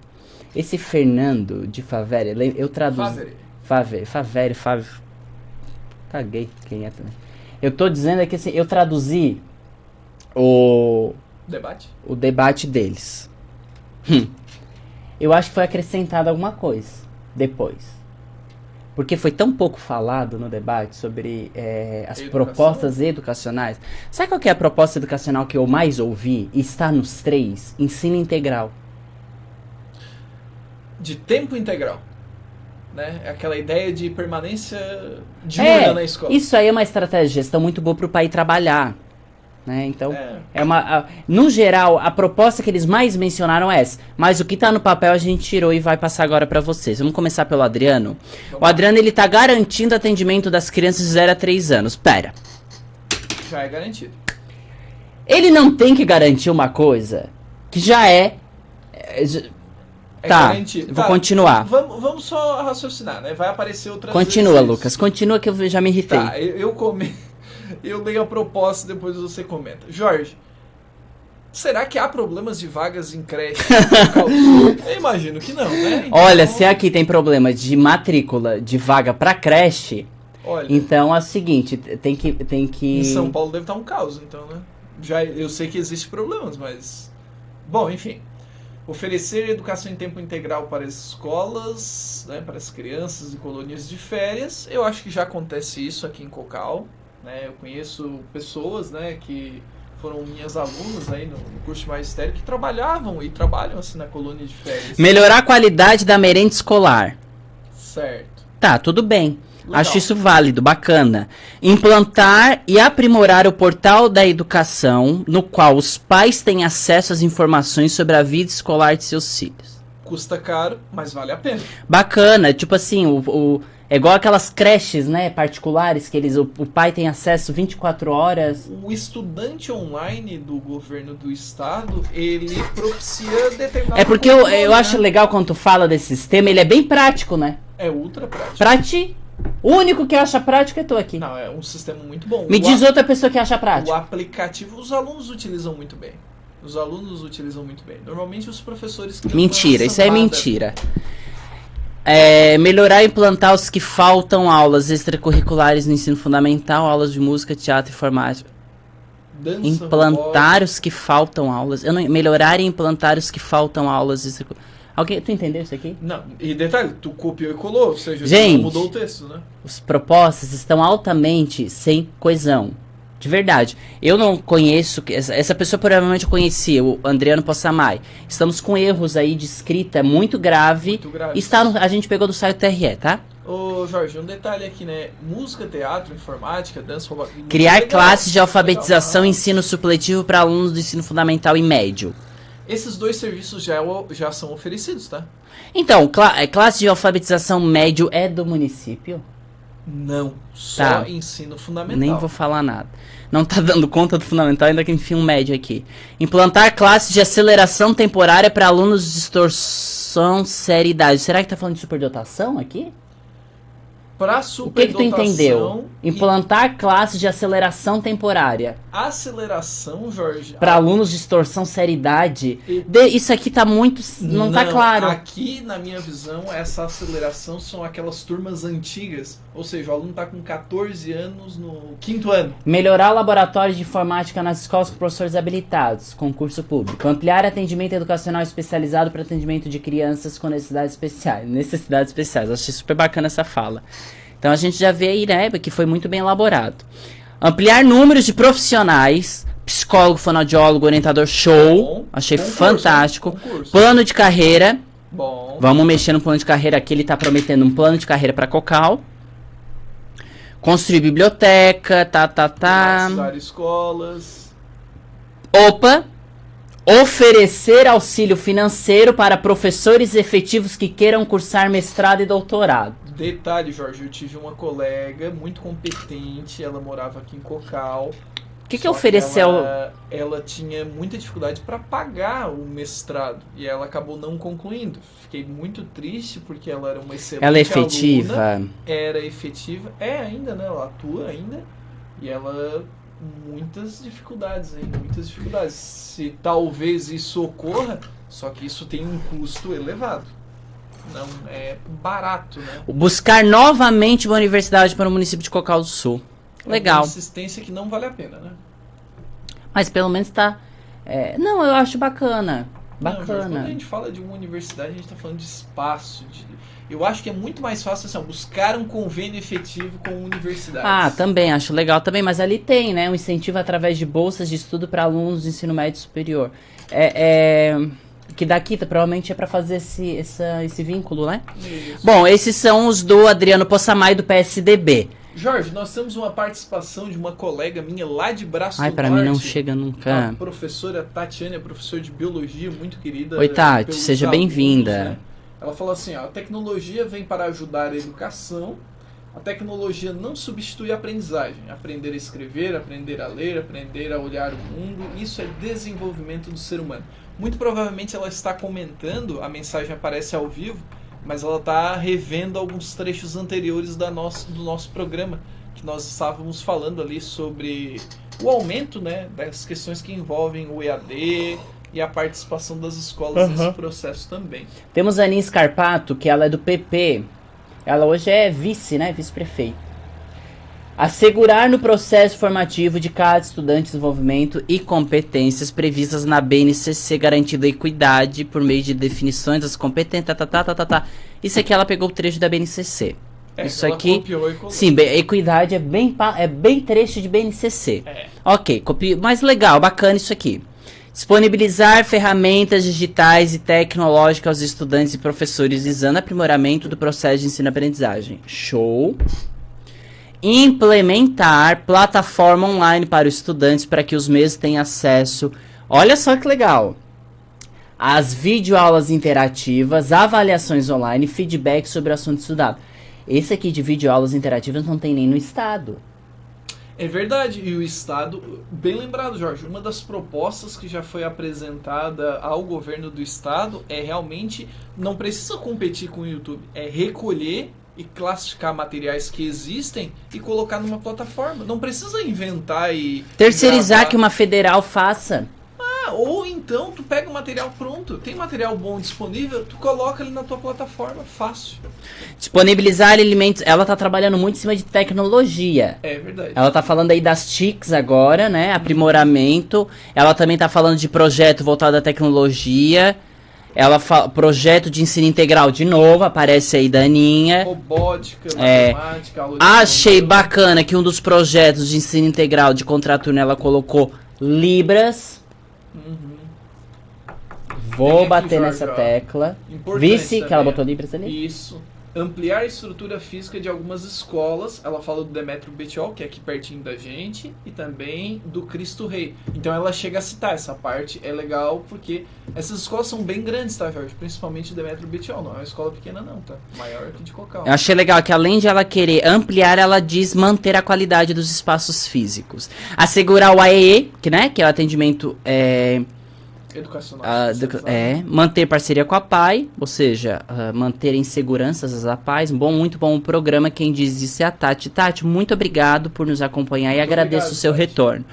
Ela diz construir um auditório para 150 lugares para o município é legal, formação continuada dos professores, fortalecer cada vez mais a gestão democrática. Aqui ela não fala plano de carreira. Não, ficou devendo. Então, na educação não tem aí um plano de carreira. Talvez esteja no... Tem que olhar se não tem na proposta administrativa. Pode estar, né? Mas geralmente na educação coloca. Então, esses são os da Aninha. O do Fernando de Faveri. O Faveri, eu não sei. Faveri. Acho que é Faveri, né? Ele é do MDB. Temos aí o PMDB, né? Não, é o MDB. Não, mas lá em cima o primeiro não é PMDB? Não, PSDB. Ah, PSDB. MDB, do MDB, nós tivemos a fusão ali. Não existe Aí mais. chegou o PMDB. Aí agora é MDB novamente. O MDB ele competia contra o Arena durante a ditadura militar. O Arena, eu ouvi falar já do Arena. É a Aliança Renovadora Nacional. E a partir desse momento de transição, de algumas mudanças de legenda, o PMDB novamente quis ser o MDB. Talvez resgatar a velha guarda. Como nós tínhamos comentado, o Fernando de Favre, ele fala aí da ampliação do ensino em tempo integral. E ele coloca de novo, então, os 3 né? candidatos. É a única né? diferença, né? Ele diz que é gradativo, não é talvez não seja no primeiro ano, né? Talvez...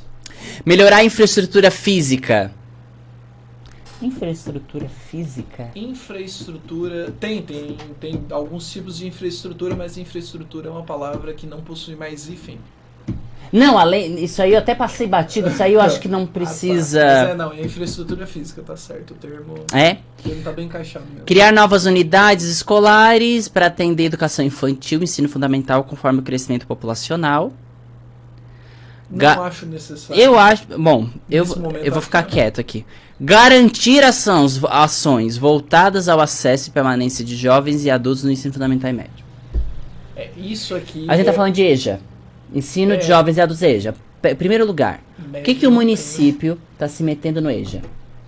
O município ele pode oferecer o EJA para o ensino fundamental. Mas por que eles estão insistindo no médio? Eles querem ganhar voto? É que na verdade é contra a lei, Jorge. É contra a Constituição. Ou seja, os municípios eles devem legislar no máximo até o 9º ano. Então isso é um erro textual. Assim, é uma proposta Sabe por quê? invalidada. Isso aqui deve ser proposta copiada, né? Copiada de governador. Vamos lá. Erradicar analfabetismo no município.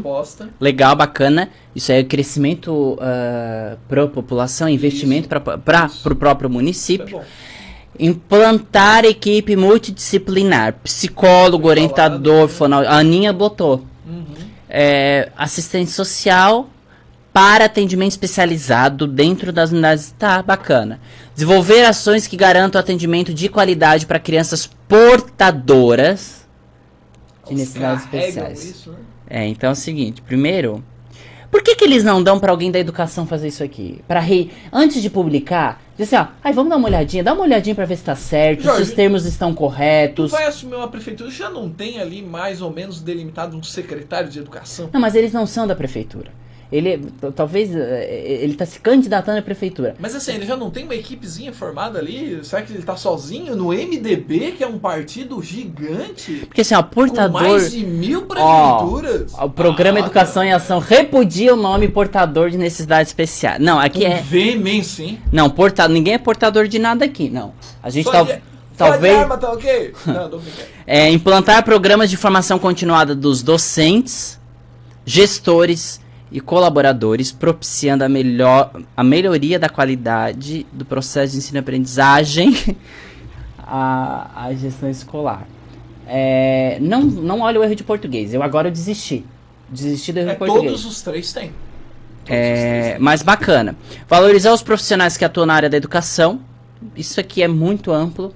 O que é valorizar um profissional? Posso mandar um bombom pra eles. Tô valorizando. Um parabéns. Sabe?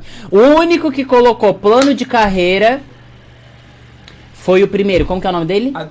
Adriano? É Possamay? Possamay. O único que colocou plano de carreira para os professores. Isso. Bom, criar um espaço próprio para a biblioteca pública municipal, aprimorar a parceria prefeitura e APAI, garantir internet de qualidade em todas, viu? Isso. Em todas as unidades.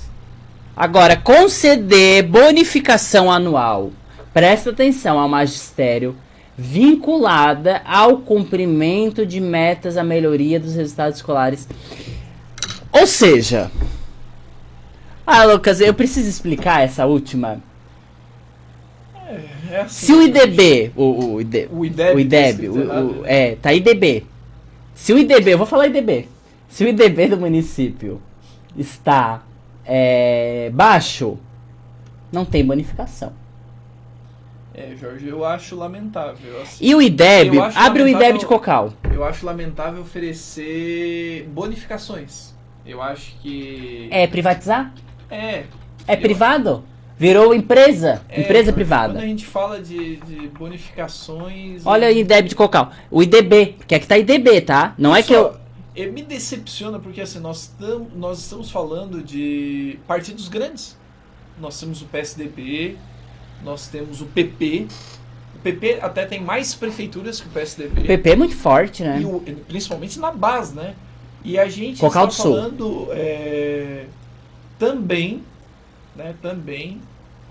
do MDB. E o MDB me parece... Nada contra o senhor Fernando, né?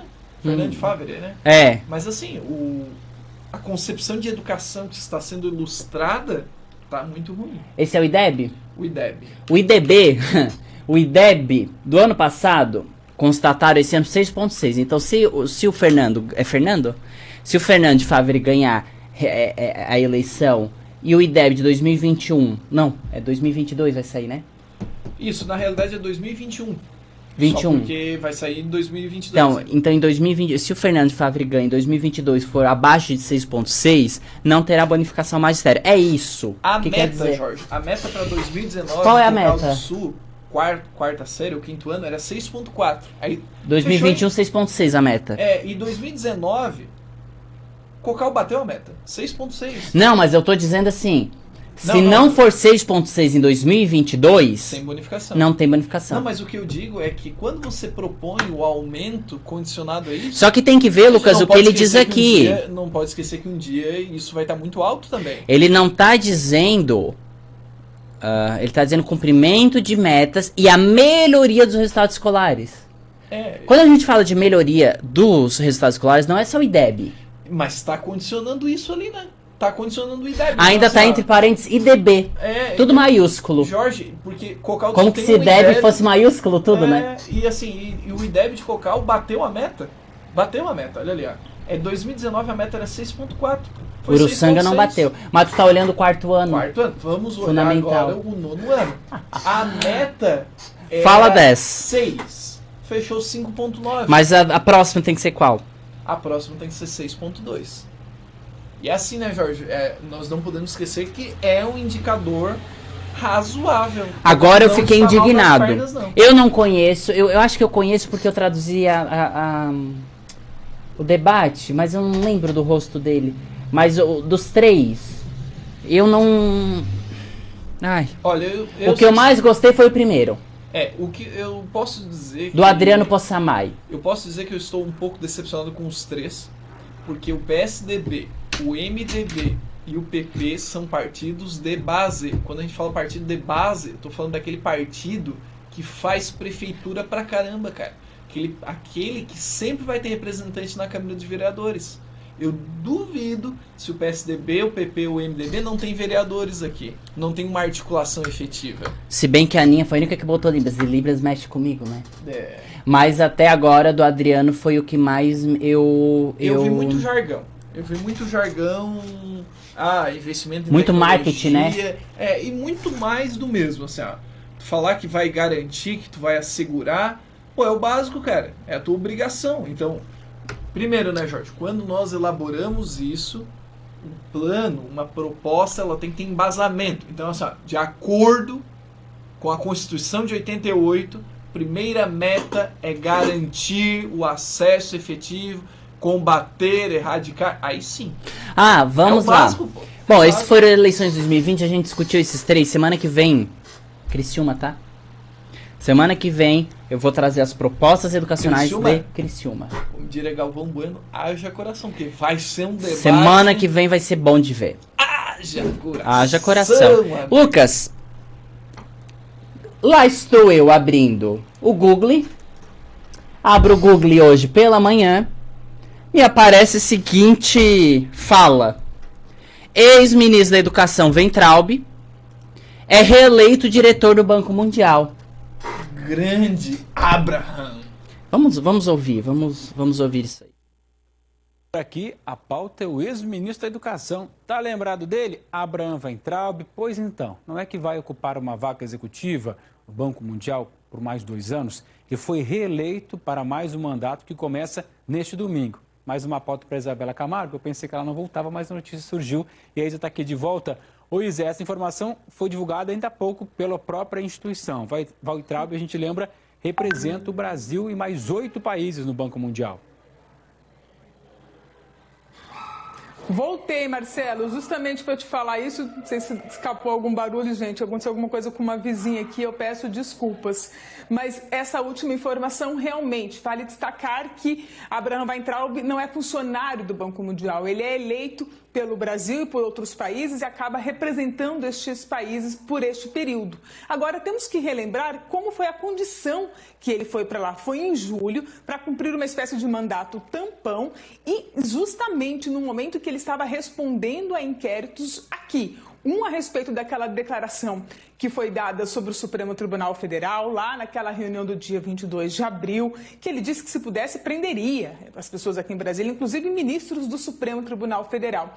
E a outra declaração, amarrando com o que nós estávamos conversando aqui no programa mais cedo, era justamente uma declaração que ele deu nas redes sociais, uma declaração preconceituosa contra os chineses.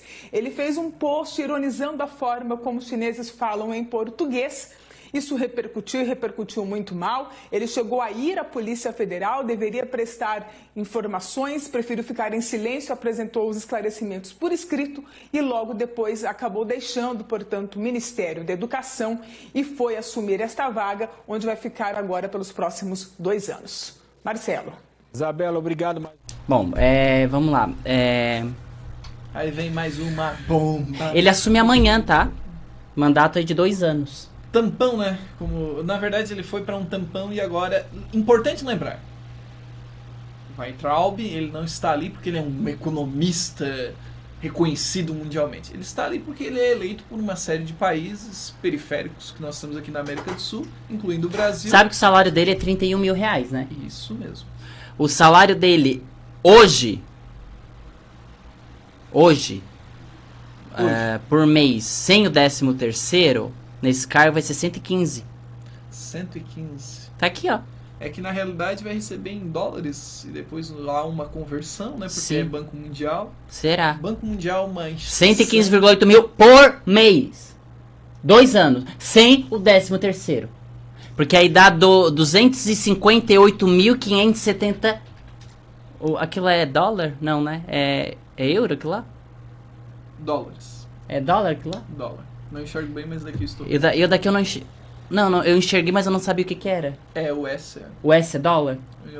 United States. Amém. Dólar americano. Então, 258.570 dólares. É bastante. Eu acho que dá pra sobreviver, né? Isso é uma temporada anual, né? O salário anual dá pra sobreviver, porque o dólar não para de aumentar. Quem disse que é anual? Não, é os 250. Ah, é? E são anuais, né? Porque... Que aí dá por mês 115,8 mil. Eu acho que o 8 mil nem precisava, né? 115 redondo já podia ser, né? Já tava legal, né? Eu acho que dá pra ele... Acho que até o 15 eu já gostaria. O 115,8 mil... Dá pra ele vir e voltar de jatinho, eu acho. E importante lembrar, Jorge, eu sempre falo bastante... Será que ele vai morar aqui? Eu acho que não. Eu acho que ele tá fugido, né? Eu acho que não. Ele correu pros Estados Unidos? Não? Ele tá nos Estados Unidos? Ele deve estar porque, na verdade, a sede que é Banco Mundial, é lá, né? É em Washington, né? Então... E eu achei engraçado deve estar lá mesmo. Que em junho, quando a indicação veio a público, porque tava tudo embaixo dos panos, então todo muito quieto, que é assim... Escamoteado.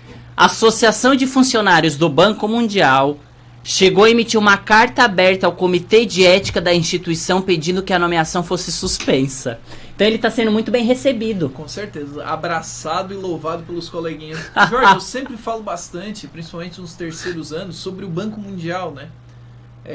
O Banco Mundial é uma instituição financeira, não é exatamente um banco como uma instituição financeira comum, tipo Itaú, Bradesco, Caixa, Banco do Brasil, né? E, na verdade, é um organismo internacional que efetua empréstimos para países que estão em desenvolvimento, ou seja, países creditam, como países desenvolvidos, Alemanha, França, Estados Unidos, Canadá, e países em desenvolvimento como o Brasil, que também já emprestou muito ao Banco Mundial, acabam fazendo então essa apropriação de um crédito. Né? É o maior e mais conhecido banco de desenvolvimento do mundo. Também tem o status de observador do G20, né? E também atua fortemente na ONU. Então o Banco Mundial é um organismo muito importante, mas muito importante mesmo.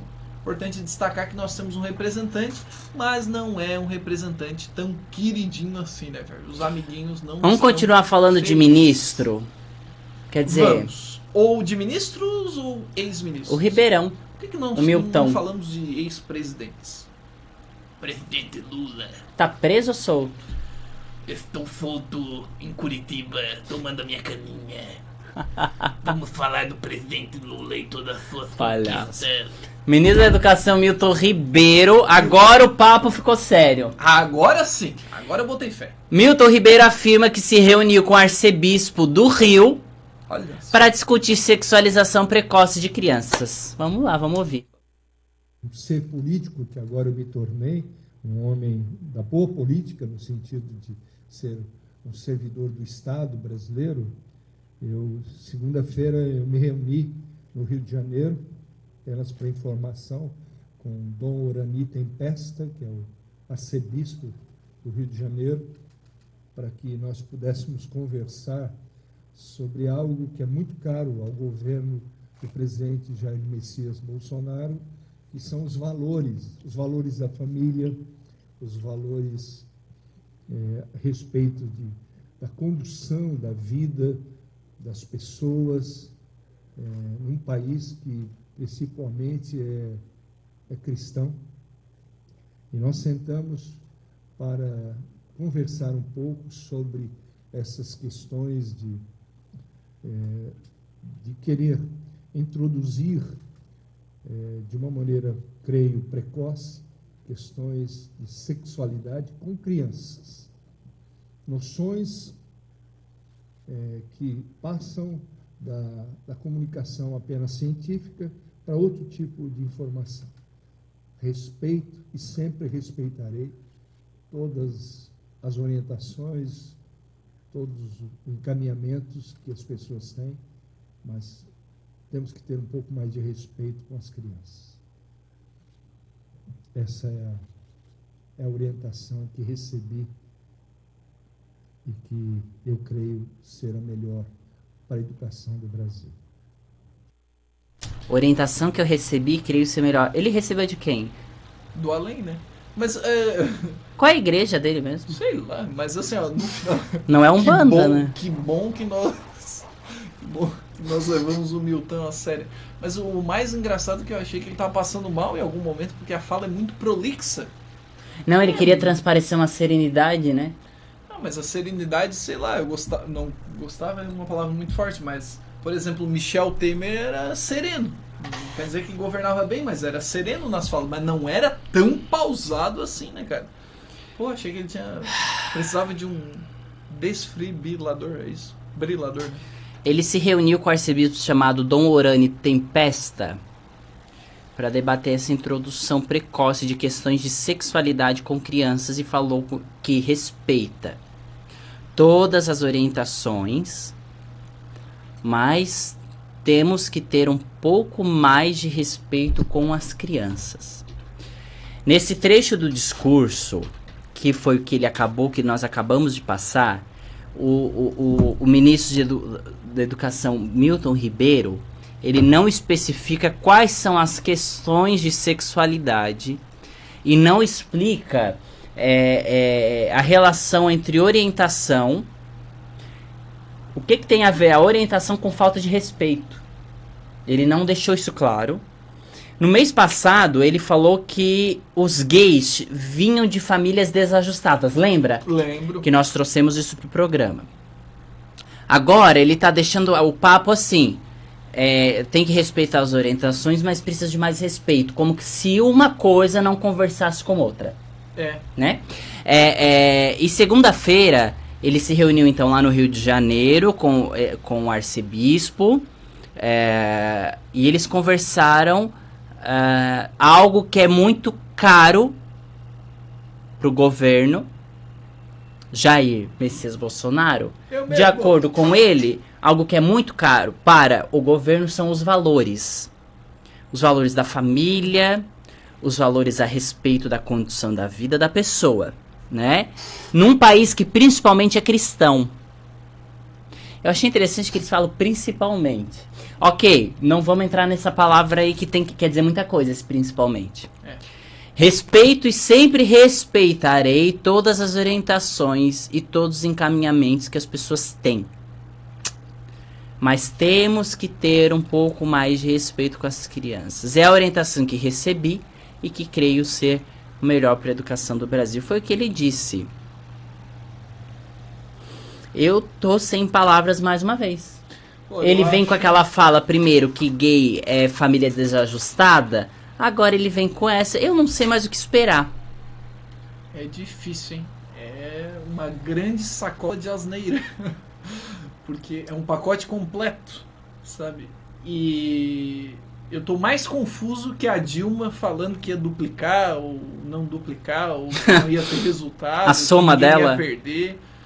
Assim, Jorge, eu tô bastante confuso porque, apesar de ser conservadora, a Igreja Católica, ela não converge com os preceitos do governo Bolsonaro.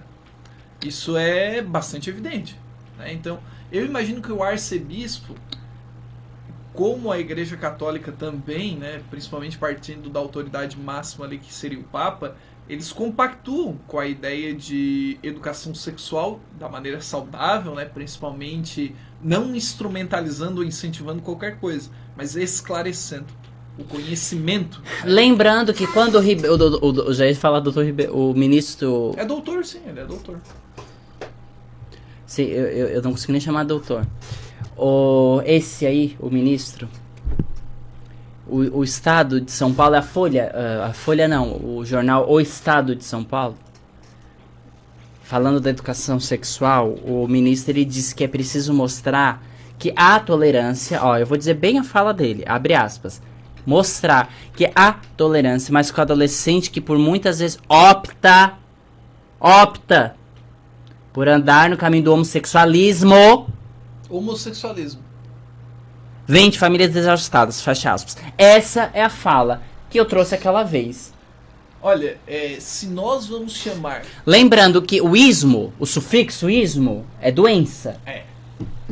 E assim, né, Jorge? Se nós vamos chamar de o Milton Ribeiro... E ele criticou a pílula, né? Anticoncepcional. Se nós vamos falar que o Milton Ribeiro pode ser chamado de doutor a nível de conhecimento, tem outro aí que poderia ser chamado de doutor também. Não sei se o pessoal vai lembrar. Dr. Rancho Cruzes, chamando o Dr. Rancho Cruzes. Olá, que É importante. Por que tu botou isso aí, cara? O Dr. Hans Schukrut é muito mais doutor do que o Milton Ribeiro, vai me desculpar. O Dr. Hans Schukrut faz parte da infância de todos nós. Não acredito. Lucas, foi muito infantil agora. Corta esse microfone.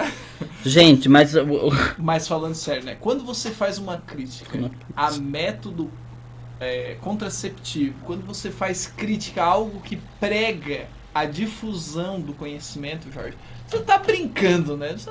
É um fanfarrão o Milton Ribeiro. Eu imaginava que pelo currículo dele, até um pouco superior ao do Dr. Hans Schukrut, nós poderíamos ter sim um Ministério da Educação com determinada responsabilidade. Mas estou vendo que vão ser 4 anos de agonia.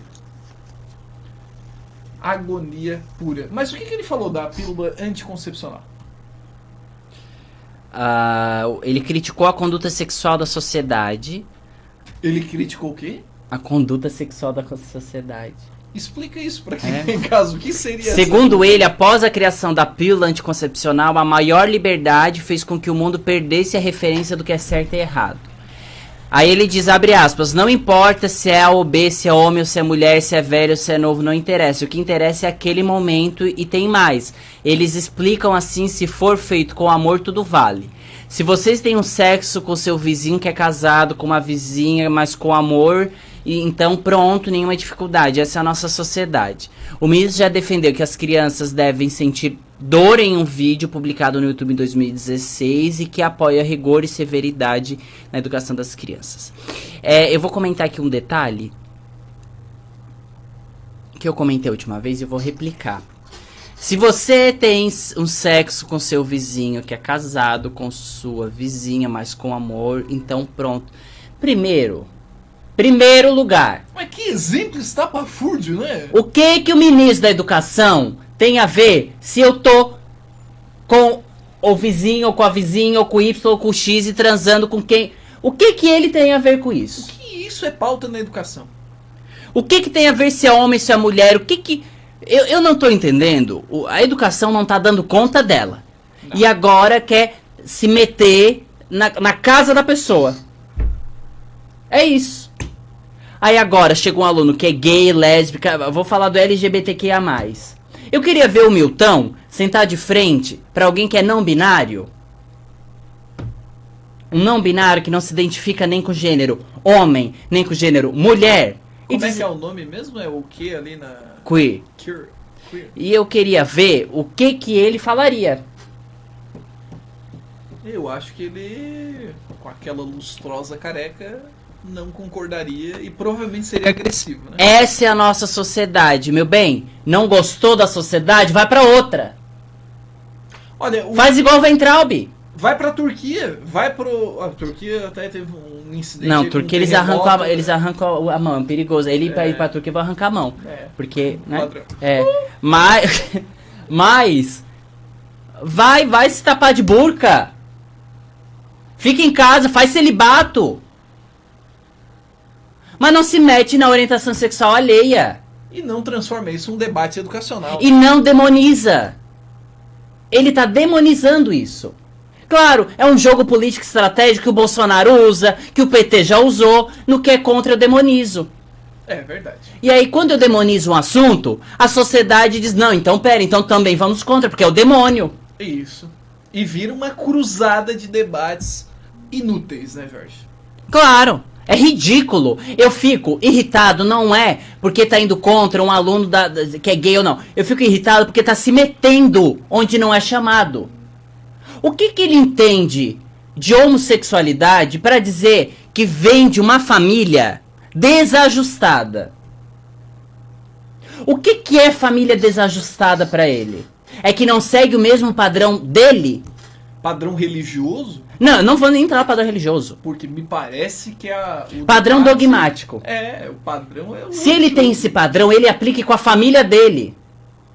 Mas não venha querer instituir esse padrão nacionalmente que todo mundo tenha que caber nessa caixinha. Essa caixinha é sua. Não vem defender. Isso aí eu me irrito muito porque mexe com uma estrutura muito íntima, de fórum íntimo, que é a orientação sexual. É de fórum íntimo. Nenhum professor tem nada a ver... Nenhum professor... Nem com o vizinho, nem com a vizinha e nem com o seu comportamento. Com o que o aluno faz. Se o menino é menino, sente de perna cruzada, perna aberta, se a menina sente de perna... Por favor, nenhum professor tem que falar nada. Isso aí é de fórum íntimo. Isso aí é lá na casa dele. Se o pai e a mãe querem ou não querem, problema também é do pai e da mãe. Isso mesmo. Eu, professor, o Lucas, professor, a gente não tem nada a ver com isso. Ministro da Educação, nenhum tem nada a ver com isso. Presidente do Brasil não tem nada a ver. E arcebispo, muito menos. E o arcebispo, pelo jeito ali, não tá nem querendo... O arcebispo tem que ficar quieto depois que o Papa falou do casamento gay. Com certeza, dando apoio às relações... O arcebispo tem que ficar bem quieto. E eu achei ridículo o Milton querer ir atrás do arcebispo pra falar disso. Se o arcebispo tem que obedecer o Papa... E provavelmente obedeceu, Jorge. Provavelmente não compactou com essa maluquice. Agora, para encerrar esse debate... O quê? Dependendo dessa sua conclusão, olha, fosse muito Fiquei irritado, hein? Desliga o microfone, porque... Em sua homenagem... Mas haja coração, amigo. Haja coração. O Educação em Ação, ele é assim, a gente se acaba se envolvendo, a gente já perdeu aqui, eu nem vou falar de cargo comissionado hoje, já vou falar de jovens no mercado de trabalho por causa do horário, tá, Lucas? Os jovens, eles, o incentivo ao mercado de trabalho, ele tem sido muito intenso, e o Unicef e a OIT, eles estão articulando aí como colocar e colocar os jovens lá, sai da escola, no mercado de trabalho. Vamos ouvir. Não é de hoje que um dos grandes desafios dos jovens é conseguir uma colocação no mercado de trabalho. A dificuldade se dá seja pela falta de qualificação ou experiência, mas nos próximos 2 anos, essa realidade pode mudar. Nesse período, em todo o Brasil, pessoas com idades entre 14 e 24 anos poderão ter boas oportunidades em cursos, estágios ou mesmo em empregos. Para a ideia não ficar só no papel, o Unicef, o Fundo das Nações Unidas para a Infância, a OIT, a Organização Internacional do Trabalho, empresas e a sociedade civil se uniram na iniciativa 1 milhão de oportunidades, lançada nesta quarta-feira. A ação é voltada especialmente para jovens negros, pardos, indígenas, pessoas com deficiência que moram nas periferias ou áreas rurais. As entidades vão trabalhar juntas para oferecer cursos de qualificação, empreendedorismo e vagas de trabalho.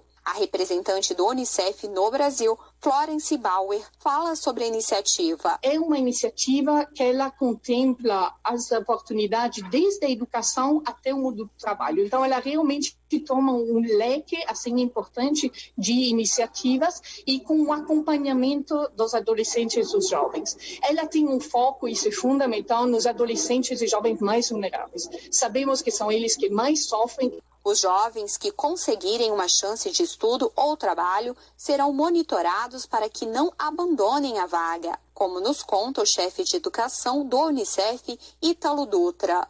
A gente quer monitorar, de fato, como que a gente garante a sustentabilidade e a presença e continuidade nesta vaga para esse adolescente jovem em situação de vulnerabilidade, para que ele não desista logo que se apresentarem os primeiros obstáculos. Quem quer uma dessas chances é a jovem Hilda Cristine, que mora em Ceilândia, no Distrito Federal. Ano que vem, ela completa 14 anos e sonha com uma oportunidade de jovem aprendiz.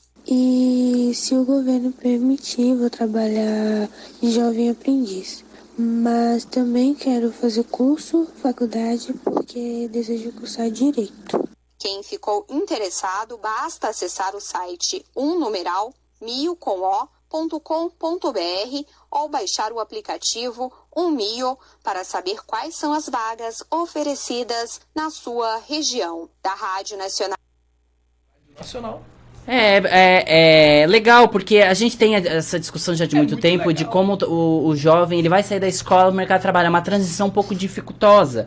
Eu vou para a faculdade, eu vou para um curso técnico, faço um tecnólogo, ensino presencial, EAD, aonde que eu vou me posicionar no trabalho, eu faço o que eu quero, eu faço o que eu gosto, eu trabalho até pagar a minha faculdade, sabe?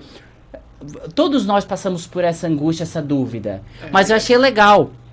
Essa ideia de não ficar só no papel, né? O Unicef é o Fundo das Nações Unidas para a Infância e o OIT é a Organização Internacional do Trabalho, criar essa iniciativa 1 milhão de oportunidades. Foi lançada essa semana, Lucas, na quarta-feira, né? Então é legal porque é uma ação voltada principalmente, não unicamente, mas principalmente para jovens negros, pardos, indígenas, pessoas com deficiência que moram na periferia e áreas rurais. Decepcionou um pouco, eu acho que com certeza deve ter uma participação da Unesco também, né? Além da Unicef, que trabalha mais com as crianças, né? Não tem nada aqui. Para acessar o site é o 1mil.com.br. É porque a Unesco, né, que é uma organização para trabalhar com educação, ciência e tem um aplicativo, 1mil. 1MIO. 1MIO. É 1MIO. É um aplicativo para saber quais são as vagas oferecidas por região. Isso é bacana.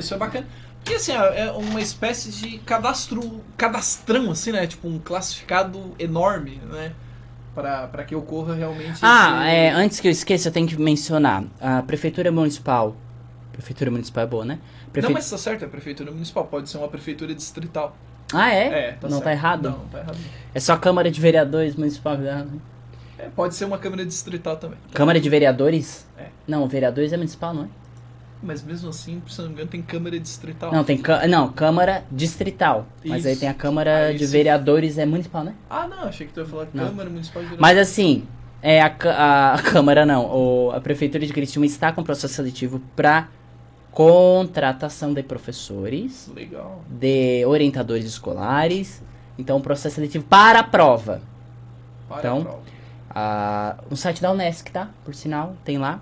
quem vai fazer esse processo seletivo? Parece que é o Unesc. Dá uma olhada aí, mas parece que é. No teu WhatsApp tem tu me mandou. Provavelmente ele tem escrito. Então, as inscrições estão até o final do mês de novembro, tá? Para realizar a prova. E é cadastro reserva. Só que eu quero mais uma vez lembrar que nós estaremos no período da TAC. TAC. A TAC é levada em consideração nesse edital? Mantém. Eu te mandei, mas não. Mantemos com a TAC. conferi, Mantemos com a TAC. A TAC não foi tirado. Porque a TAC também não é só. Explica pro pessoal, o que é essa TAC aí? Já que a gente já falou sobre isso. Eu tenho que ver certinho a sigla, mas Lucas. A TAC é a quarentena. É como que se fosse assim: trabalha um tempo e depois tem que ficar 12 meses sem trabalhar. É uma quarentena.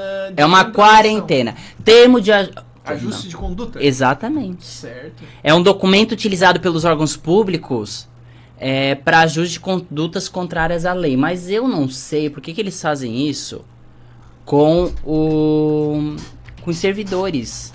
Jorge, se for uma questão trabalhista que envolve também o pagamento de alguns... Como é que eu posso falar? De alguns benefícios, né? Então existe em São Paulo também a classe zero, né? Então os profissionais eles ficam nessa quarentena, eles ficam retidos e não podem ser contratados. Se não me engano, quem faz é o governo estadual de São Paulo, não é o governo municipal, não. Ok, enfim. Tem essa famosa TAC, ou seja, vamos ser claro, o professor não vai poder trabalhar que está trabalhando esse ano, não vai poder trabalhar no que vem. Vai migrar para outro. Não sei se vai migrar para o estado, porque tem um problema esse ano. Qual Primeiro seria? lugar, Mais um problema? o edital do estado já está fechado. Verdade. Não vai ter novo edital no estado, porque o edital de 2018 foi prorrogado para 2021. Porque o edital do estado 2018 era para 2019 e 2020. Foi prorrogado para 2021. Ponto. Outra coisa, está indo para votação na comissão, vai passar pela CCJ, que os contratos dos servidores ACTs da rede estadual de Santa Catarina provavelmente irão manter para o próximo ano. Agora que eu deveria colocar aquele áudio do Haja Coração, porque vai irão ter gente manter. desesperada. Ou seja, servidores ACTs, se isso for aprovado, os servidores ACTs do estado manterão seu contrato. Os servidores municipais,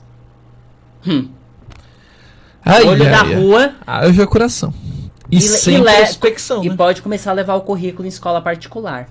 Jorge, um detalhe, eu te interrompendo, mas é fundamental. É que, na verdade, os contratos são mantidos, mas não quer dizer que seja na mesma escola.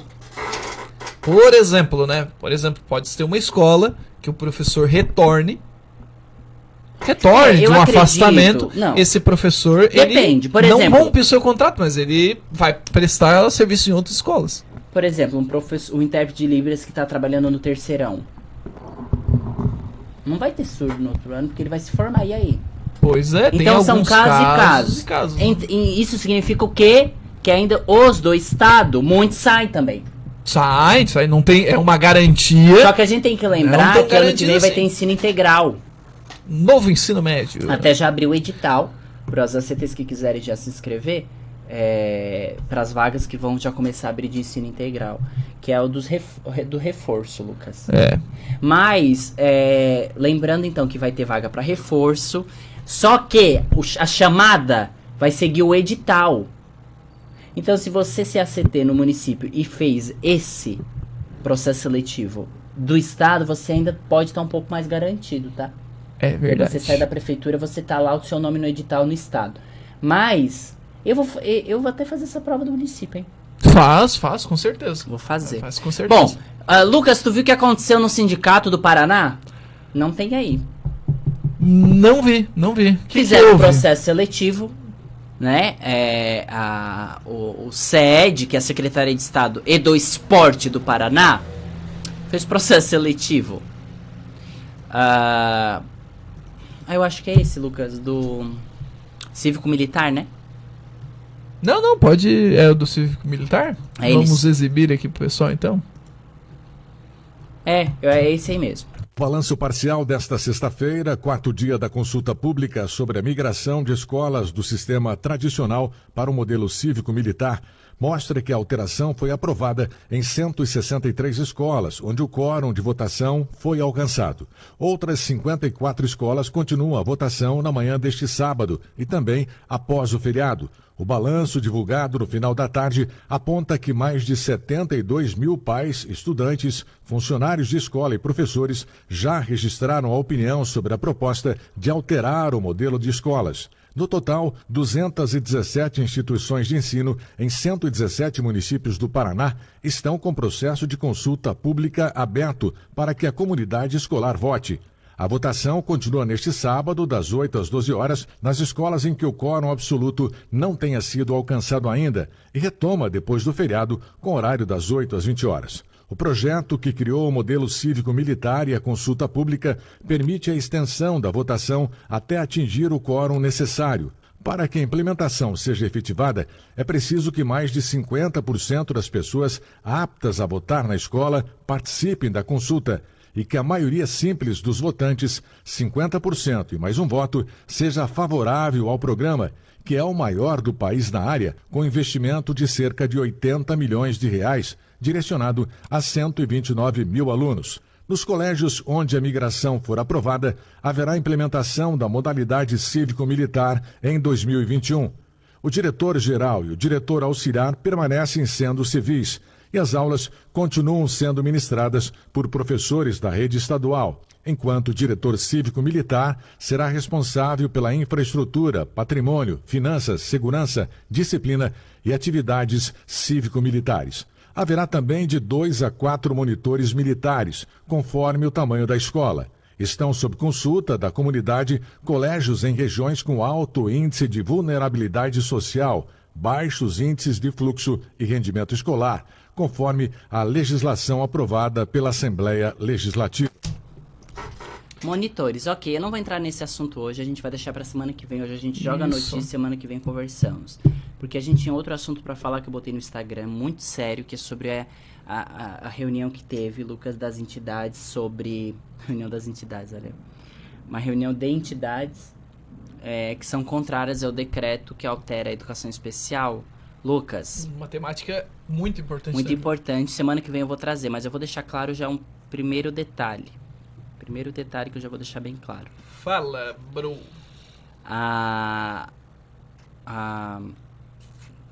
Nídia Regina Limeira de Sá, ela é diretora de acessibilidade, mobilidade, inclusão e apoio à pessoa com deficiência do MEC. E ela defendeu com unhas e dentes esse decreto. Semana que vem a gente fala desse assunto. Sem coerência, mas com unhas e dentes. Vou até amassar esse Jorge. Semana que vem esse assunto, tá? A gente vai começar já com o cívico-militar. Vamos voltar a reportagem, conversar sobre esse assunto lá no Paraná. E vamos trazer aqui para nossa região, né? Até a gente tem que pesquisar sobre o Heriberto Wilson, que a gente já prometeu. Ah, sobre o novo ensino médio? Não, né? Não. Quando ia entrar o modelo cívico-militar naquela escola, verdade, lembra? Verdade, houve uma proposta. Houve a proposta, vamos atrás dessa proposta. Vamos. E também sobre o que os deputados o que falaram nessa reunião sobre a lei de pessoa com deficiência. Uhum. Bom, hoje foi Educação em Ação, infelizmente a gente termina falando do nosso ministro da Educação, da bobagem que ele fala, né? Do saco de asneira? Ele não é ministro da Educação, ele é pastor da Educação.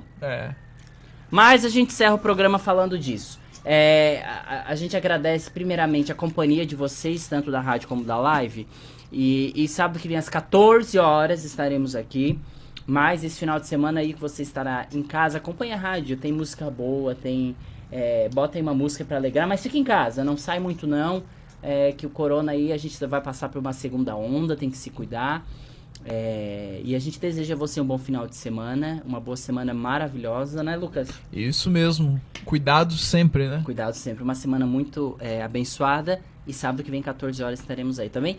Não se esqueça que estará disponível no canal Lucas Sequinel. Segue aí a gente por lá volta no Instagram. Quarta, quinta-feira a gente já deixa certinho. Sexta-noite. @EducaçãoAção20. Vai lá e segue a gente no Instagram, tá bom? Lembrando que os quadros, né, Educação pelo Mundo e Escolas da Nossa Região também estão lá em uma playlist bem legalzinha, bem preparada, agora incluindo imagens também. Então tá. Valeu, bom final de semana, abraço. Gente.